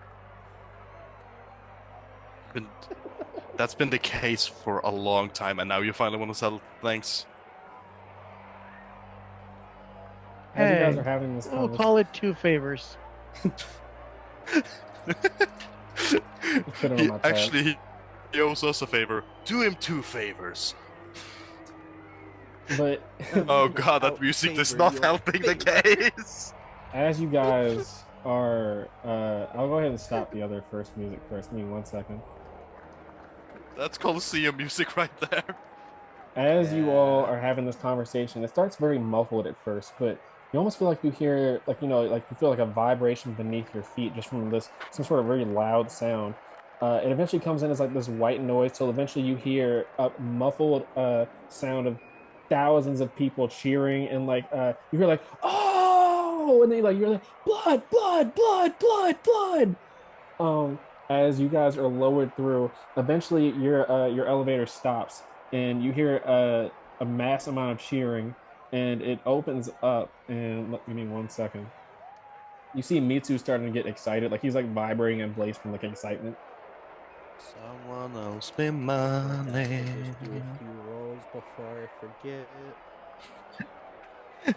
Get the bad rolls out. Get the bad rolls out.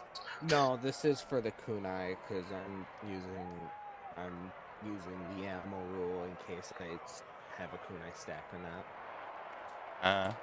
All right. I'll go ahead and well, I'll wait to start it in a second. So you guys Don't laugh so much, it's scaring me. you guys see the elevator door open up. I get really giddy for these sessions and stuff like that. You guys see the elevator door opens up, and before you is an arena with a floor of ash. You kind of like the smell of like smoke that's been very heavy. This very unpleasant smell that's like prevalent throughout this entire underground city kind of intensifies as you kind of smell the smell of like dried blood. As you see, there's like various like skulls and like rocks laced into the ground and everything of this underground arena. In the center, you see a pit that has like a cage over top of it, but you almost feel like the intense heat, similar to like the heat from Azumi's seal, kind of radiating from it. As you guys, I assume, just walk out of the elevator and everything. Yeah. Izumi is gonna say as a bad joke, take it from me, you don't want that to touch you. Noted. Wow, that's a lot of people. Gabriella said, okay, so looks like there's 3 groups. Mitsu can take care of one, you two can take care of another, and I will toy with the third. That's fine. Chances are we could also just let them fight it out. They don't seem to be on the same side. Good idea. What if we hide until we know for sure? In which case, we could have to narrow it down from having to fight 3 groups then down to 1. Rilla will crack her neck and roll her shoulders, clearly in disagreement. Mitsu Disagreement noted. Mitsu also speaks up. No, I want to clobber those guys, man. This looks fun. I don't think you could hide even if you wanted to here. Oh, hell no, man. Like, Izumi is looking for anything big enough for this motherfucker to even go behind. Yeah, No, this we is hide flat behind ground, him. Then when they least expect it, we pop out, and then boom, they're getting jumped. Yeah, so you see thousands of people, thousands of rabid fans surrounding the entire arena and everything as they're cheering and stuff. You see various other groups of these of thugs and like pit fighters that have come to fight today. As I will say, you do notice. I'll wait. Actually, I'll wait to describe that in a second. Um, you guys hear similar to like the seal that Fruge uses to like speak to the crowd and everything. You hear the crackling of a seal activating as you hear a man's voice. My name is Tendo Fujimoto, and welcome back, fans, to Death. As the fans all speak in unison as they say the name of this place. Welcome back to Death Battle of Ultimate Death Arena Death 47. Introducing first, we have our familiar, our reigning champions, the River Rats. And kind of the little sound effect goes over, oh yeah. As you see a group of men that are very similarly dressed to the thugs that you guys fought up top in the Muddy Hag. They appear to be a lot more armored than the rest of them, as they have like some heavier padded armor on and various different forms of like weaponry and like crowbars and all that sort of stuff. You kind of see them like take glancing looks at you with a little bit of a glare, and then they announce the other two crowds, the people called Dead Men. As you see, there's a group of thugs that all have like their hands tattooed, one of their hands tattooed black, their right hand, as they're introduced as the Dead Men. And then they kind of just introduce the like various miscellaneous sort of pit fighters. But as you guys walk out, you hear this man Tendo Fujimoto, and representing, make sure I'm looking at this right, representing the Fruit Sanjo family, we have Fruit Sanjo and his band of minions.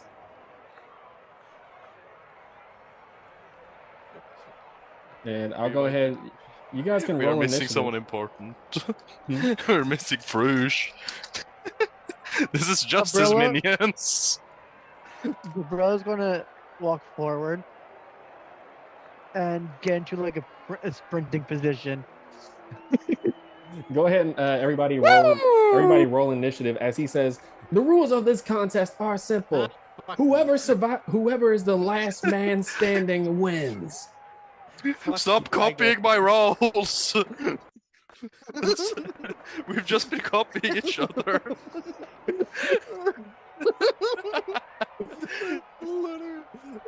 I took first. No, I want to go first. No, I want to go first.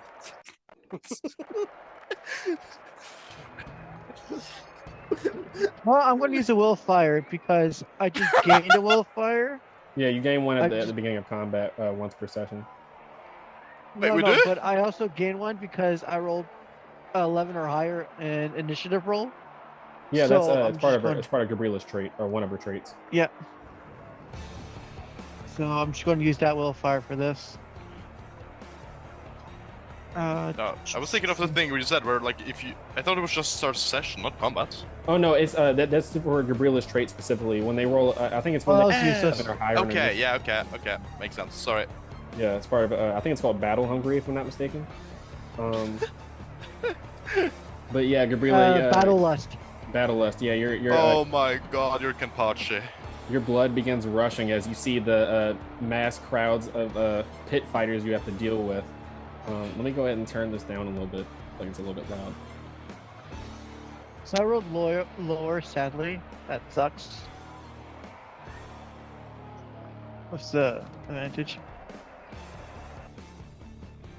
21 for initiative. 21. Let me roll for me too real quick. 23. Or 22. 23. We need everyone on 23. So minus the fucking. Oh, he's a minus the soul fucker. summons, I really want Izumi and Mitsudu to have some fucking wild combinations of a form of Izumi being thrown at the enemy. I'm not gonna lie to you. You've been playing too much Marvel Rivals, Izumi. What? Who gets thrown in Marvel Rivals? Hulk Wolverine combo, the fastball special. Yeah. Oh, I don't play either of those characters. I Damn. don't like either of them, truthfully. How dare you? These fighters are Look, they not rolling turned well. Hulk into. Well, not in Marvel Rivals. Marvel Rivals has the good Hulk. They turned Hulk into a boring middle-aged man. Okay. Yeah, I'll rant about that after the session, but I can't stand how the MCU did the Hulk. But that's besides the point. Let me go ahead and add That's one more. that's for post-session fun time.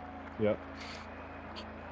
I just realized, let me drop down something because there are some layer action scenarios going on. Oh. Wait a minute. Oh, they're gonna be throwing bananas at us. Crazy. Rotten apples I will approaching. also say, as a part of initiative, I am marking the River Rat thugs as my primary target. All right. I was gonna attack the river rat. I No, said you I was can getting ready to still- charge them. You can still attack them. I'm marking them Oh, okay. because I want to No, know. no, if they have they're a known as the weakest dog. champions. Because the way I thought about it, I'm like, champions of the underground versus champions of the upper ground. Yeah, this is true. All right. So we are at the start of initiative. Yeah, so Azumi, you've just been given the announcement that is the music too loud for you guys, by the way? No, it's fine for me. Okay. All right, cool. It's a bit hard to hear Izumi over it, but that might be because they are a bit too quiet. Let me turn it down a little bit. That's what I meant earlier, Azumi, is that I don't know if it's just the way that you're speaking or just the mic and stuff like that. It is a little bit quiet, but I can like still hear you. I'll have to look at that after this. I'm not sure if that's a Zoom side of stuff or if that's just genuinely quiet and I need to boost it. Yeah. Let me turn down the arena crowd a little bit too.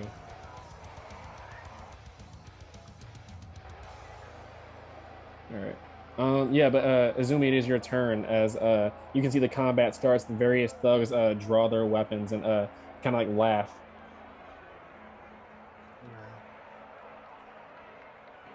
Well, I am going to get 30 feet, so Izumi will move in front of Gabriela for a while, but let me do this, as I am casting Uchiha Shuriken. Uchiha Shuriken range on these fuckers. All right. So what is that a dex save, right? I am fine. Yep, they have to make a dexterity save. All right. I will say, well, actually, no. That'll be revealed when it happens. So let me go ahead and make a dexterity save run. Nat 1. Oh, Jesus. Okay. Yeah, it's safe to say that they failed to save. I'm almost happy that fucking ones don't activate like critical effects, at least not on this. Okay, alright, so first they are going to take 5d4 slashing. Okay, just 5d4 damage. And they become restrained until the end of their next turn. And restraints. Okay, so yeah, go ahead and roll damage. 13. 13. Just like before, if you guys remember that swarms take double damage from area of effect attack. So that is 26 damage to this group of thugs called the River Rats. Let's see. However, I am also activating my chakra mark on them properly because I did not cast it a part of initiative. All right, cool.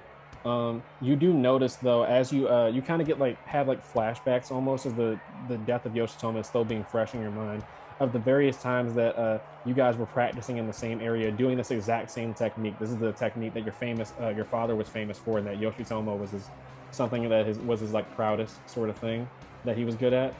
So you throw these shuriken with the wires attached to them to try to grapple them in place. However, you realize that while it does the extra damage, they're not restrained mainly because it is a group of them. So a swarm is immune to the restraint condition because it is a mass amount of, entities and stuff like that. Yeah. Completely fine. I wanted that for the art. Mm-hmm. Yeah, you did mark them though. And then after that, let me really quick look at the cost of this because I'm pretty sure I need.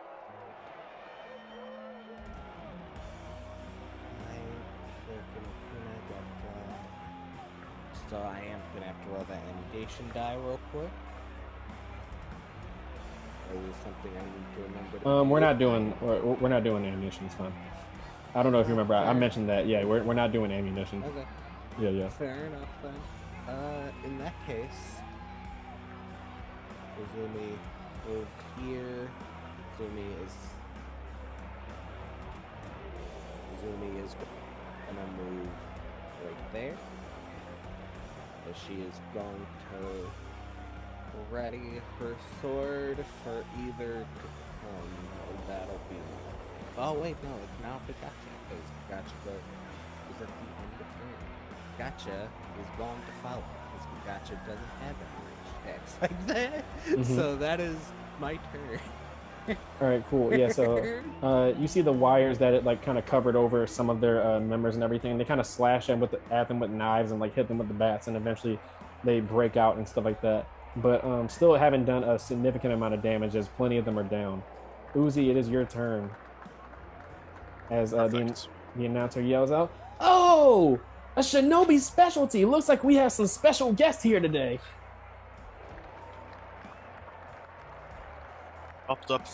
Propped up once again. Let's do this. It's time to test out the cannon.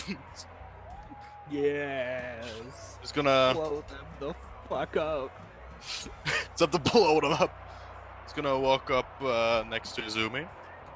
It's gonna take off some of the cloak and the hood down as the cannon pops up above his shoulder and points at the thug group up there. All right. Let's do this. +7. Attack! Oh shit! 26! 26, 100% hits. Oh my lord. I almost rolled a d20 for damage. That's wrong. It is infused with water. Let's see. That's piss poor. So yeah, 7 damage. Let me see something. Wait, I have once per turn you can offensive tactic, and then for an instance of damage you deal yourself or with your puppet. That can that activate on jutsu? Yeah, it says damage you deal yourself, so it didn't specify. Yeah, okay, so that's that's 11 damage then, and I'm gonna need a save of the what variety is that? Constitution variety, or be chilled. Damn it. Okay. At least I got to use the gun. You said 11 damage, right? Yeah, 11. All right. Chakra cannon. So that's now we got to calculate this. Chakra bolts cost 2, then. I know that Okay, your cannon also reduces the cost of chakra. Yeah, it costs 1. Yeah. Okay, yeah. So I did cost bind, which is 3. Just catching up on that. Yeah, so you you remove the cloak and everything, and this cannon kind of you hear a beeping sort of sound as it clicks and then locks onto this group of thugs known as the Dead Men, Yeah, you fire this bolt of chakra that lands into them. They're not bruised, but you see a couple of them go down instantly as this bolt kind of sends one of them flying back into the other one, and they kind of look at you with a glare. The cannon always wins. Are you doing anything as a bonus action? Object interaction. Can I summon my puppet? Is that how it works? It's a free action at the start of your. You actually can summon your puppet as a free action at the start of initiative, if I'm not mistaken. Ah, right, Johnny. gotta bring out the John. All right, but let me make them available for all players to see. Give me 1 second. As a part of initiative as well. Yeah. I know I'm not the one to talk shit about that because I forget my initiative stuff all the time. Yeah. You're all good. Those were good with now. Oh, heck, I did ask before. I don't think you heard me. I wanted to know if the river rat thugs had any resistances. Oh, let me see. Not any more that a regular swarm has. A swarm has a resistance to single target attacks and jutsu. Oh, but that's it. gotcha. All right. Well, it's time to take a shot with the longbow that he possesses. All right. Fire. 11. And 11 hits, just barely. Oh, okay. That's surprising. They're regular dudes. I want you guys to understand. You guys sure. are, you guys are monsters. Fire. Okay, that's a lot. 4 damage. No, we're like trained ninjas going against normal people. We are built alternatively better. Yep. So That's my turn. your puppet fires an arrow into one guy, and he kind of like screams out in pain as it lodges into its leg. The others around him kind of like pick him up by the scruff of his neck and force him to stand up as they talk about that there's a lot of money on the line. As you fire that arrow into him, and like the announcer kind of yells like, "Oh!" You hear Fruge's voice step over as his voice like screeches onto the mic, and that right there was one of my personal employees. Fruge Sancho, F-R-U-G, and he like spells out his name again and like basically does an advertisement for his services. Yeah, it was just as he hears Fruge's voice, he's gonna whisper very quietly, "Oh, that asshole. He's gonna get what's coming to him after I'm done here." Gabriela, it is your Did you turn. expect anything Okay. different? Sorry, what did you say? Gabriela, No. Uh, In response to what Uzi said, Uzumi is just like, did you really expect anything different? I can hope. Expect something else. I'm gonna. That's for later. Gabriela's gonna rush towards the river rat thugs. Okay. And begin to just swing.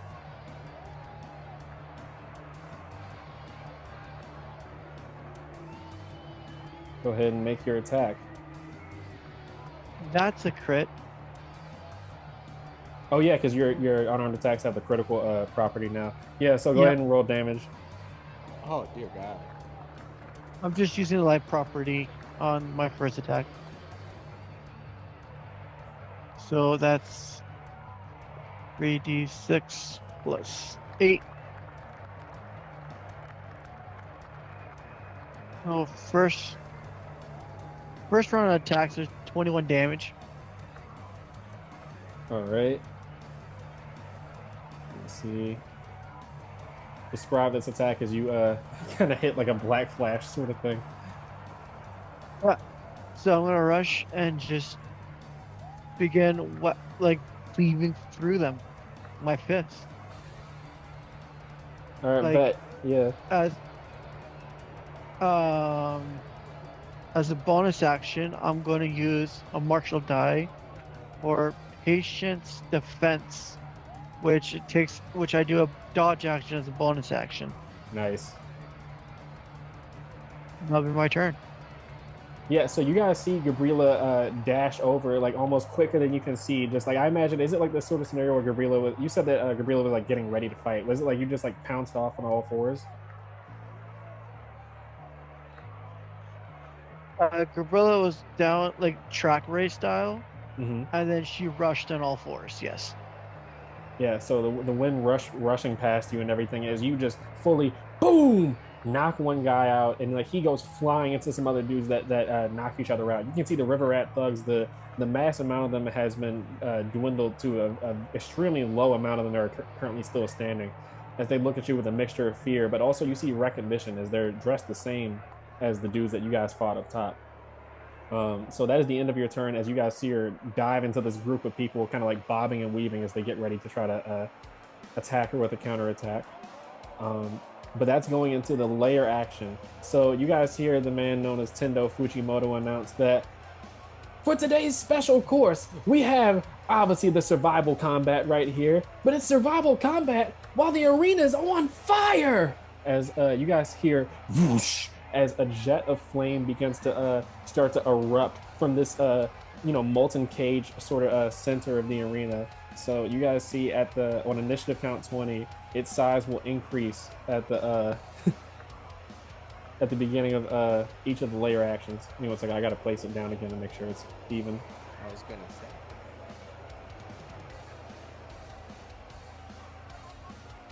Yeah, but you guys see the fire start to grow. So essentially, this arena is going to be filling up with fire round after round that you guys have this fight and everything.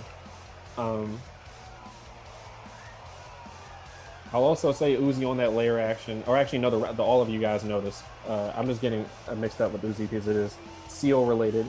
But you guys see various seals that are like placed on like different like corners of the arena and stuff, and you guys hear "Ring of Death, Ring of Death" as you see the surrounding like kind of like walkway, as this is like in a pit, this sort of like floor of the arena, a little bit like 10 feet up in the air. There's like a sort of like walkway that surrounds this arena. You see it starts spinning, like the ground starts like spinning and stuff. But that is the layer action. Next up is Mitsu Usuri. Mitsu Usuri yells out like a hell yeah that once again shakes the ground around you guys. And let me see. He sees Gabriela is taking care of them, so This dude is gonna fucking Hulk the other group. I already know it. he's gonna start running boom, boom, boom, boom, boom as he charges towards the group of dead men thugs. So he's going to, let me see. As a bonus action, he's going to use one of his own custom things called Cannonball. So you see, as he charges towards them at full speed, he leaps up into the air and like curls up into a ball as he yells out, "Hell yeah!" and goes to crash into the group of dead men thugs. Let me see. Like they can melee the juices like for each creature you pass. Oh no! So that's up to 30 feet. So he will move. Let me see.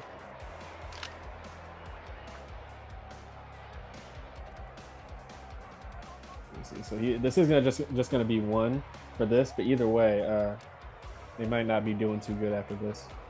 So that's a 26 to hit. I don't even know why I'm looking for the attack roll. Because that's a 26 to hit. You guys see he bowls through the group of dead men thugs like a bowling ball. The attack roll exceeds their AC by 5 or more. The target is not prone. Can they be not prone? Let me see. No, swarms are immune to the prone condition. So yeah, no. You see that he bowls through this group of this group of dead men like bowling pins, and a couple of them get knocked over, but they take 9 bludgeoning damage. I'm just picturing anime style. Some goons go flying before standing back up. Yeah. They just kind of yell like, "What the f-" as they see this massive guy flying towards them. He's gonna go ahead and make an attack towards them as a main action. What is this man?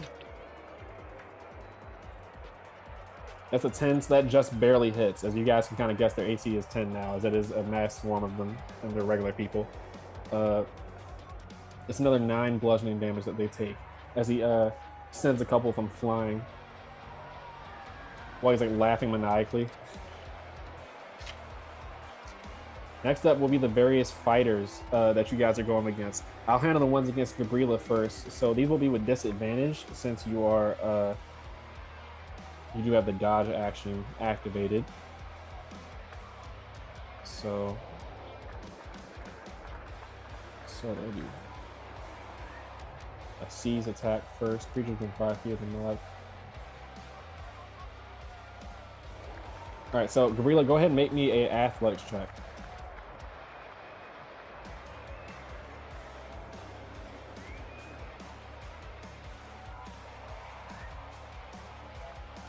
Gabriel!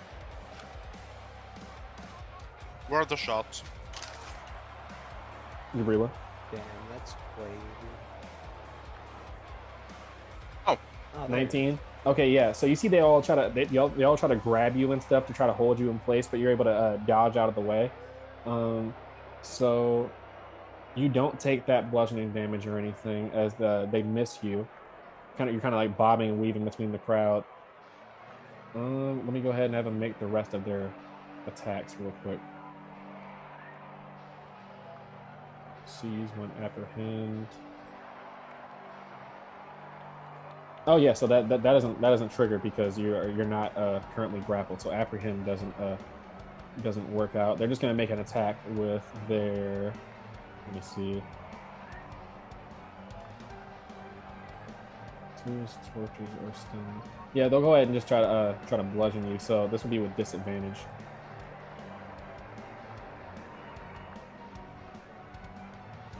So a 13 does not hit. So yeah, Gabriela, you are legitimately like ultra instinct dodging each and every one of these guys. They try to smack you over the head with crowbars. A couple of them try to kneecap you with like a bat, or try to slash you across the back with a knife. You're just able to dodge out of the way of all of them. Going on Mitsu's end, these ones are going to try to make these attacks towards him. So I'll go ahead and let me see. Seize. So Mitsu has to make an athletics check. He only needs like a 3 to beat it though.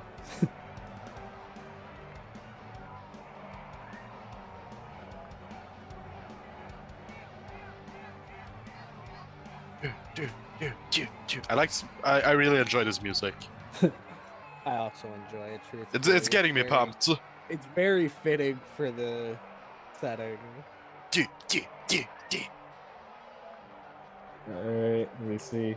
That is a 9. So yeah, these guys are very shaken by your displays of power to start off this round and everything. So they go to try to like stab and like punch and like smack Mitsu over the head and everything, but a couple of them either just bounce off of his head or he's able to bat them away with his large arms. So the other fighters, the pit fighters up here, the unnamed ones, will use their main action to. I don't know why the map is oriented like this, but they'll just use their movement action to run up, and they will ready their action to attack when it really gets close. Oh, I really wanted them to do something else. Okay. Actually, wait, no, yeah, they can attack Gabriela now that I think about it. Oh. You can make one attack as they. Well, never mind. Actually, and it would have been with disadvantage because Gabriela has the dodge action. Yeah, so they miss. Gabriela, you're in the middle of this crowd, dodging the entirety of their strikes. But then you see some more pit fighters run up to you, the unaffiliated ones. They all pick up rocks from the ground and like various skulls that are within the ashen ground as they try to throw them at you, and you're able to dodge out of the way of them too. So everybody's like oohing and awing at what Gabriela's doing right now. It is Azumi's turn. I had such a good plan if they would have just went the other way. Which is fine. What is... Oh, wait. Oh, no, it still works. Fuck yeah. Okay, so... move first right there. Move 15. That's still barely... That is... So first, actually, let me double check.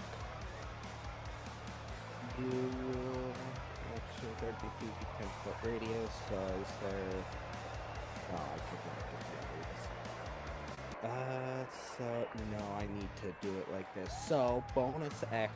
No, bonus action has to be last. Main action, Shuriken Rain Jutsu, as it is going to be towards these guys, which I am just in range again. So I need one dexterity. Oh yeah, it's a dexterity save. I don't know why I went blank and just forgot what I was supposed to do. Yeah, which succeed or fail does not matter in my case, because I know they're not the yokai from before. 13, that fight. So they take. So that should be 20. Yep, 20 damage from this massive shuriken. I already. No, I did not. So that is 13 minus 4, 9. Is a part of that act. No, I did. Put that back. As part of that action, part of hitting them, I'm also chakra marking them as well. You can have multiple creatures marked at the same time? Yes. Okay, I just want to make sure. I'm not fully familiar. I'm setting up for a very specific thing. Okay. That will actually be the first time I'm able to pull it off in a game. So I'm hoping it goes well. 13. So that goes down to 8. So now currently, God, I wish I didn't waste. I wish I would have been smart. So these two are currently marked. Okay. Bonus action, I'm throwing a kunai over here, and if it hits, I will be able to do something very fun, which I will be trying to do. So, no, I'm not wasting it. An 11 should hit. An 11, yeah, it hits. Go ahead and roll that damage. Right. Damage isn't too important here. What does matter is now that is again a part of this, I will spend 5 more chakra to mark these lovely people. And because there's an ally next to them, lethal attack triggers, which also triggers something I've never been able to do before called Void Assault. Okay. Now, first let me roll lethal attack for these both. So that's an additional 6 lethal. Void Assault. Now, blah blah blah. Mark my chakra bear, blah blah blah. So now, upon hitting them, Izumi begins to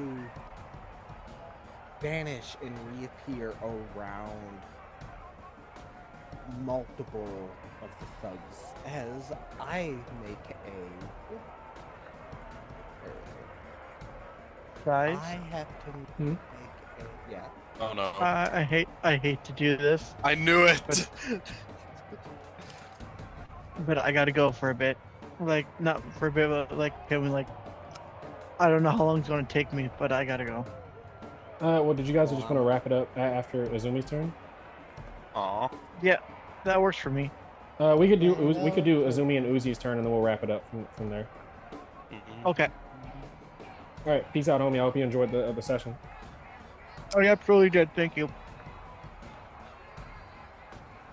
All right, but so yeah, go ahead, Izumi. this, I make this. Yeah, again, first time I'm actually able to fucking do this. Mm-hmm. Again, I am willing to spend a will of fire on this if I need to, because I want this to work. God damn it, that works. Cause so a 21 beats out all marked creatures AC. Then I quickly begin to teleport around, striking each of them in the blink of an eye, dealing half the trigger and attack damage to all marked creatures.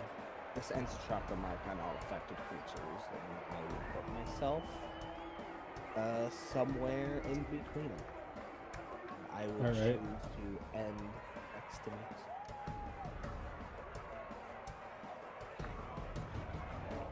So for a no, okay. So not great damage, but it is flare. I did it for.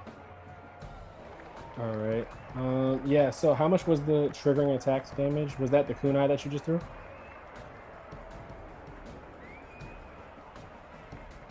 That would be the kunai plus the lethal, so that would be a total so 4, which isn't a lot, but this was entirely. I mean, that's still you're still doing a damage to all of them. flare That still is thing. gonna matter, you know. Yeah.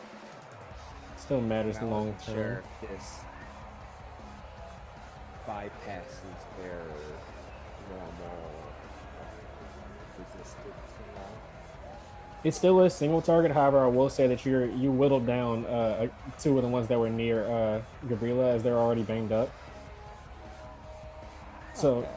yeah, do you want to describe you you teleported to each and every one of them? So, almost in the blink of an eye, after Izumi threw her last kunai towards the Ensues group, it begins to flash between all of them that would have her chakra mud on, slashing them in various places, being almost too quick for anyone to react as she soon appears next to Mitsu. Yeah, no. So you hear the Tendo Fujimoto was like excitingly like recounting like what you guys were doing throughout the combat and everything. And then as soon as you do that, you immediately just like, I don't know what the fuck just happened, but it was cool. As the crowd starts like roaring and everything. It was cool! That's valid as fuck. Fruge says, that right there is exactly what you get with the Fruge Sanjo family. You need us to do anything, and I mean absolutely anything. We got you. The Fruit Sanjo family is ending. But yeah, what is Gakacha doing? Kakacha is currently just moving to support Korea. All right. So let me see. So Kakacha just running in action to protect Gabriela. Well, that would be his normal reaction. He can't get close enough to do an attack on his own, and he doesn't have any rage jutsu currently, so he's running up, preparing to help. Okay. Yeah, that's fine. I just wanted to know if he was ready in action, because then you know, if they ever get close before the start of your next turn, then he would use his reaction to attack and stuff. But no, this is his normal reaction. Okay, cool. So let me see. That is Azumi's turn. Uzi, that is your turn. Yes, it's time. I am going to remember something in my head before I do anything. Swap a weapon between weapon and puppet form. That's a bonus action. All right. I am turning Johnny into this. Let me make sure that I have it correct. Chain tails weapon, as it attaches underneath his cloak, creating 3 spiky tails that that go outwards, kind of like dragging in the wind as he begins running towards the dead man thugs. All right. Just remove that.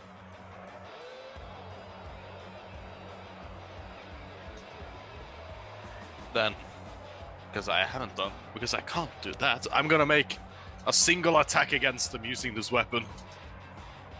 Wait, no I'm not. Breath of Rain! Humorless! Yep. Much cooler.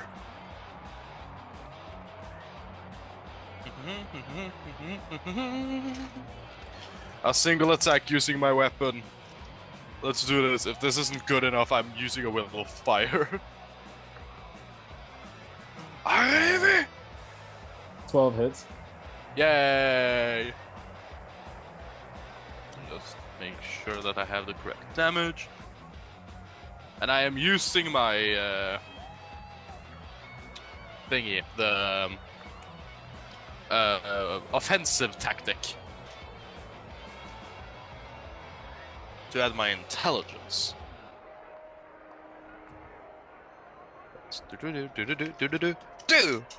16. 16. All right. This is one of those situations where the DM did not properly anticipate. The DM and the opponents did not properly anticipate what they were going to be dealing with here. Yeah. So you go ahead and describe as these chain tails attached to your arm that like Iron Man like latched onto your arm as you hit them. He begins running as Johnny runs aside him, his upper body beginning to collapse as it jumps onto Uzi's back, making him stumble slightly, but he catches himself before he falls down like an idiot. As he's running, he goes to kind of like a stop as he jumps slightly into the air and begins sliding towards them. The tails wrapping around his arm as they protrude forward into the crowd. Nice. Yeah. So yeah, a whole bunch of the crowds. You can tell that along with the river rats. These guys are very heavily depleted. You've knocked out plenty of their members as the chain tails sent a couple of them like tumbling to the ground and everything unconscious. They kind of look at you with a mixture of once again fear and defiance, but mostly fear. Who the fuck entered this arena? Yeah, they're kind of just like looking around. Like you hear like mumbles and like, we're supposed to be the ones that are crowding around them. We're supposed to be the ones jumping them, not getting jumped. Don't try and out jump a puppet master. That's nice. That's a lesson you'll learn quickly. As you say that, he's like, a puppet what? And then the fight keeps going. Ending the session, as we wrap up the session, I was going to do this on the next layer action, but just to add a little bit of interest for next session, as we go into Gabriella's turn, you guys hear a horn get like blare, like an alarm horn blare over the arena as the crowd starts oohing and awing, and like they get even louder than they were before at the deafening sort of volume that they've been at throughout this fight. You hear death, death, death, death, death, death as you see one of the cage elevator doors that you and the other thugs like came out of and everything. You guys came out of various respective doors in the arena. You see one of the doors slide open as you hear Tendo Fujimoto say, "Oh, really? This time? Okay. It appears we have a special contingency to this free-for-all match. We have one of our special participants, courtesy of the band of the Black Falcon." As you guys hear a low growl from within the pitch black entrance of the elevator door, as you see stepping out of the door a hulking tiger, white grayish fur, but very much matted, and you can tell very dirty and unclean. You see it steps out, its paw is as big as your entire head as it growls, looking around at everybody. A long like mane of not mane, but a long like a mane of hair lines along like its back that kind of goes up into a little bit of a frill, but once again like matted and like unkempt. You see various scars and cuts and wounds are on this tiger is kind of like growling angrily. I'll say this, Izumi, because of your experience with the Kappa and like the whole stuff that happened with the bears. This tiger looks very similar to the bears that you guys encountered that were acting very sick and very like disturbed and stuff. But this time is even more so as you see the drool falling from its jaws. You guys finally catch a glimpse of its tail as it fully walks out of this entrance. You see its tail goes from being a normal tiger's tail to being malformed and warped. You see like scarred blackened skin line along this tail that's longer than it should be, but you see at the tip of its tail, like with the blackened like scarred skin, you see underneath it a green sort of glow, and as it whips around it kind of smacks the ground a little bit, and that is where we'll end the session. I will ask for one more thing. Yeah. On seeing this tiger, would I be able to make a history or an show to try to remember exactly what the yokai did before to help the bears? I'll say it's not a history. You remember just this little tidbit at the end of the session. The yokai, the kappa that you guys encountered, you don't know how it worked. It had to be some sort of. It might have been similar to Uzi's healing waters, maybe, but it seemed a little bit more spiritual than that. As the giant kappa had like basically turned into a puddle of water and surrounded the bears to heal it. So you don't know specifically how it happened, but you can tell that this tiger appears to be very much further along in whatever sort of sickness that the bears had. I see. Oh, But yeah, Down with the sickness. unless anybody has any questions, that would be the end of the session. none for me. I want that as my pet, but that's not a question. If you enjoyed the content, like, comment, and subscribe, and hit that bell icon, and peace out.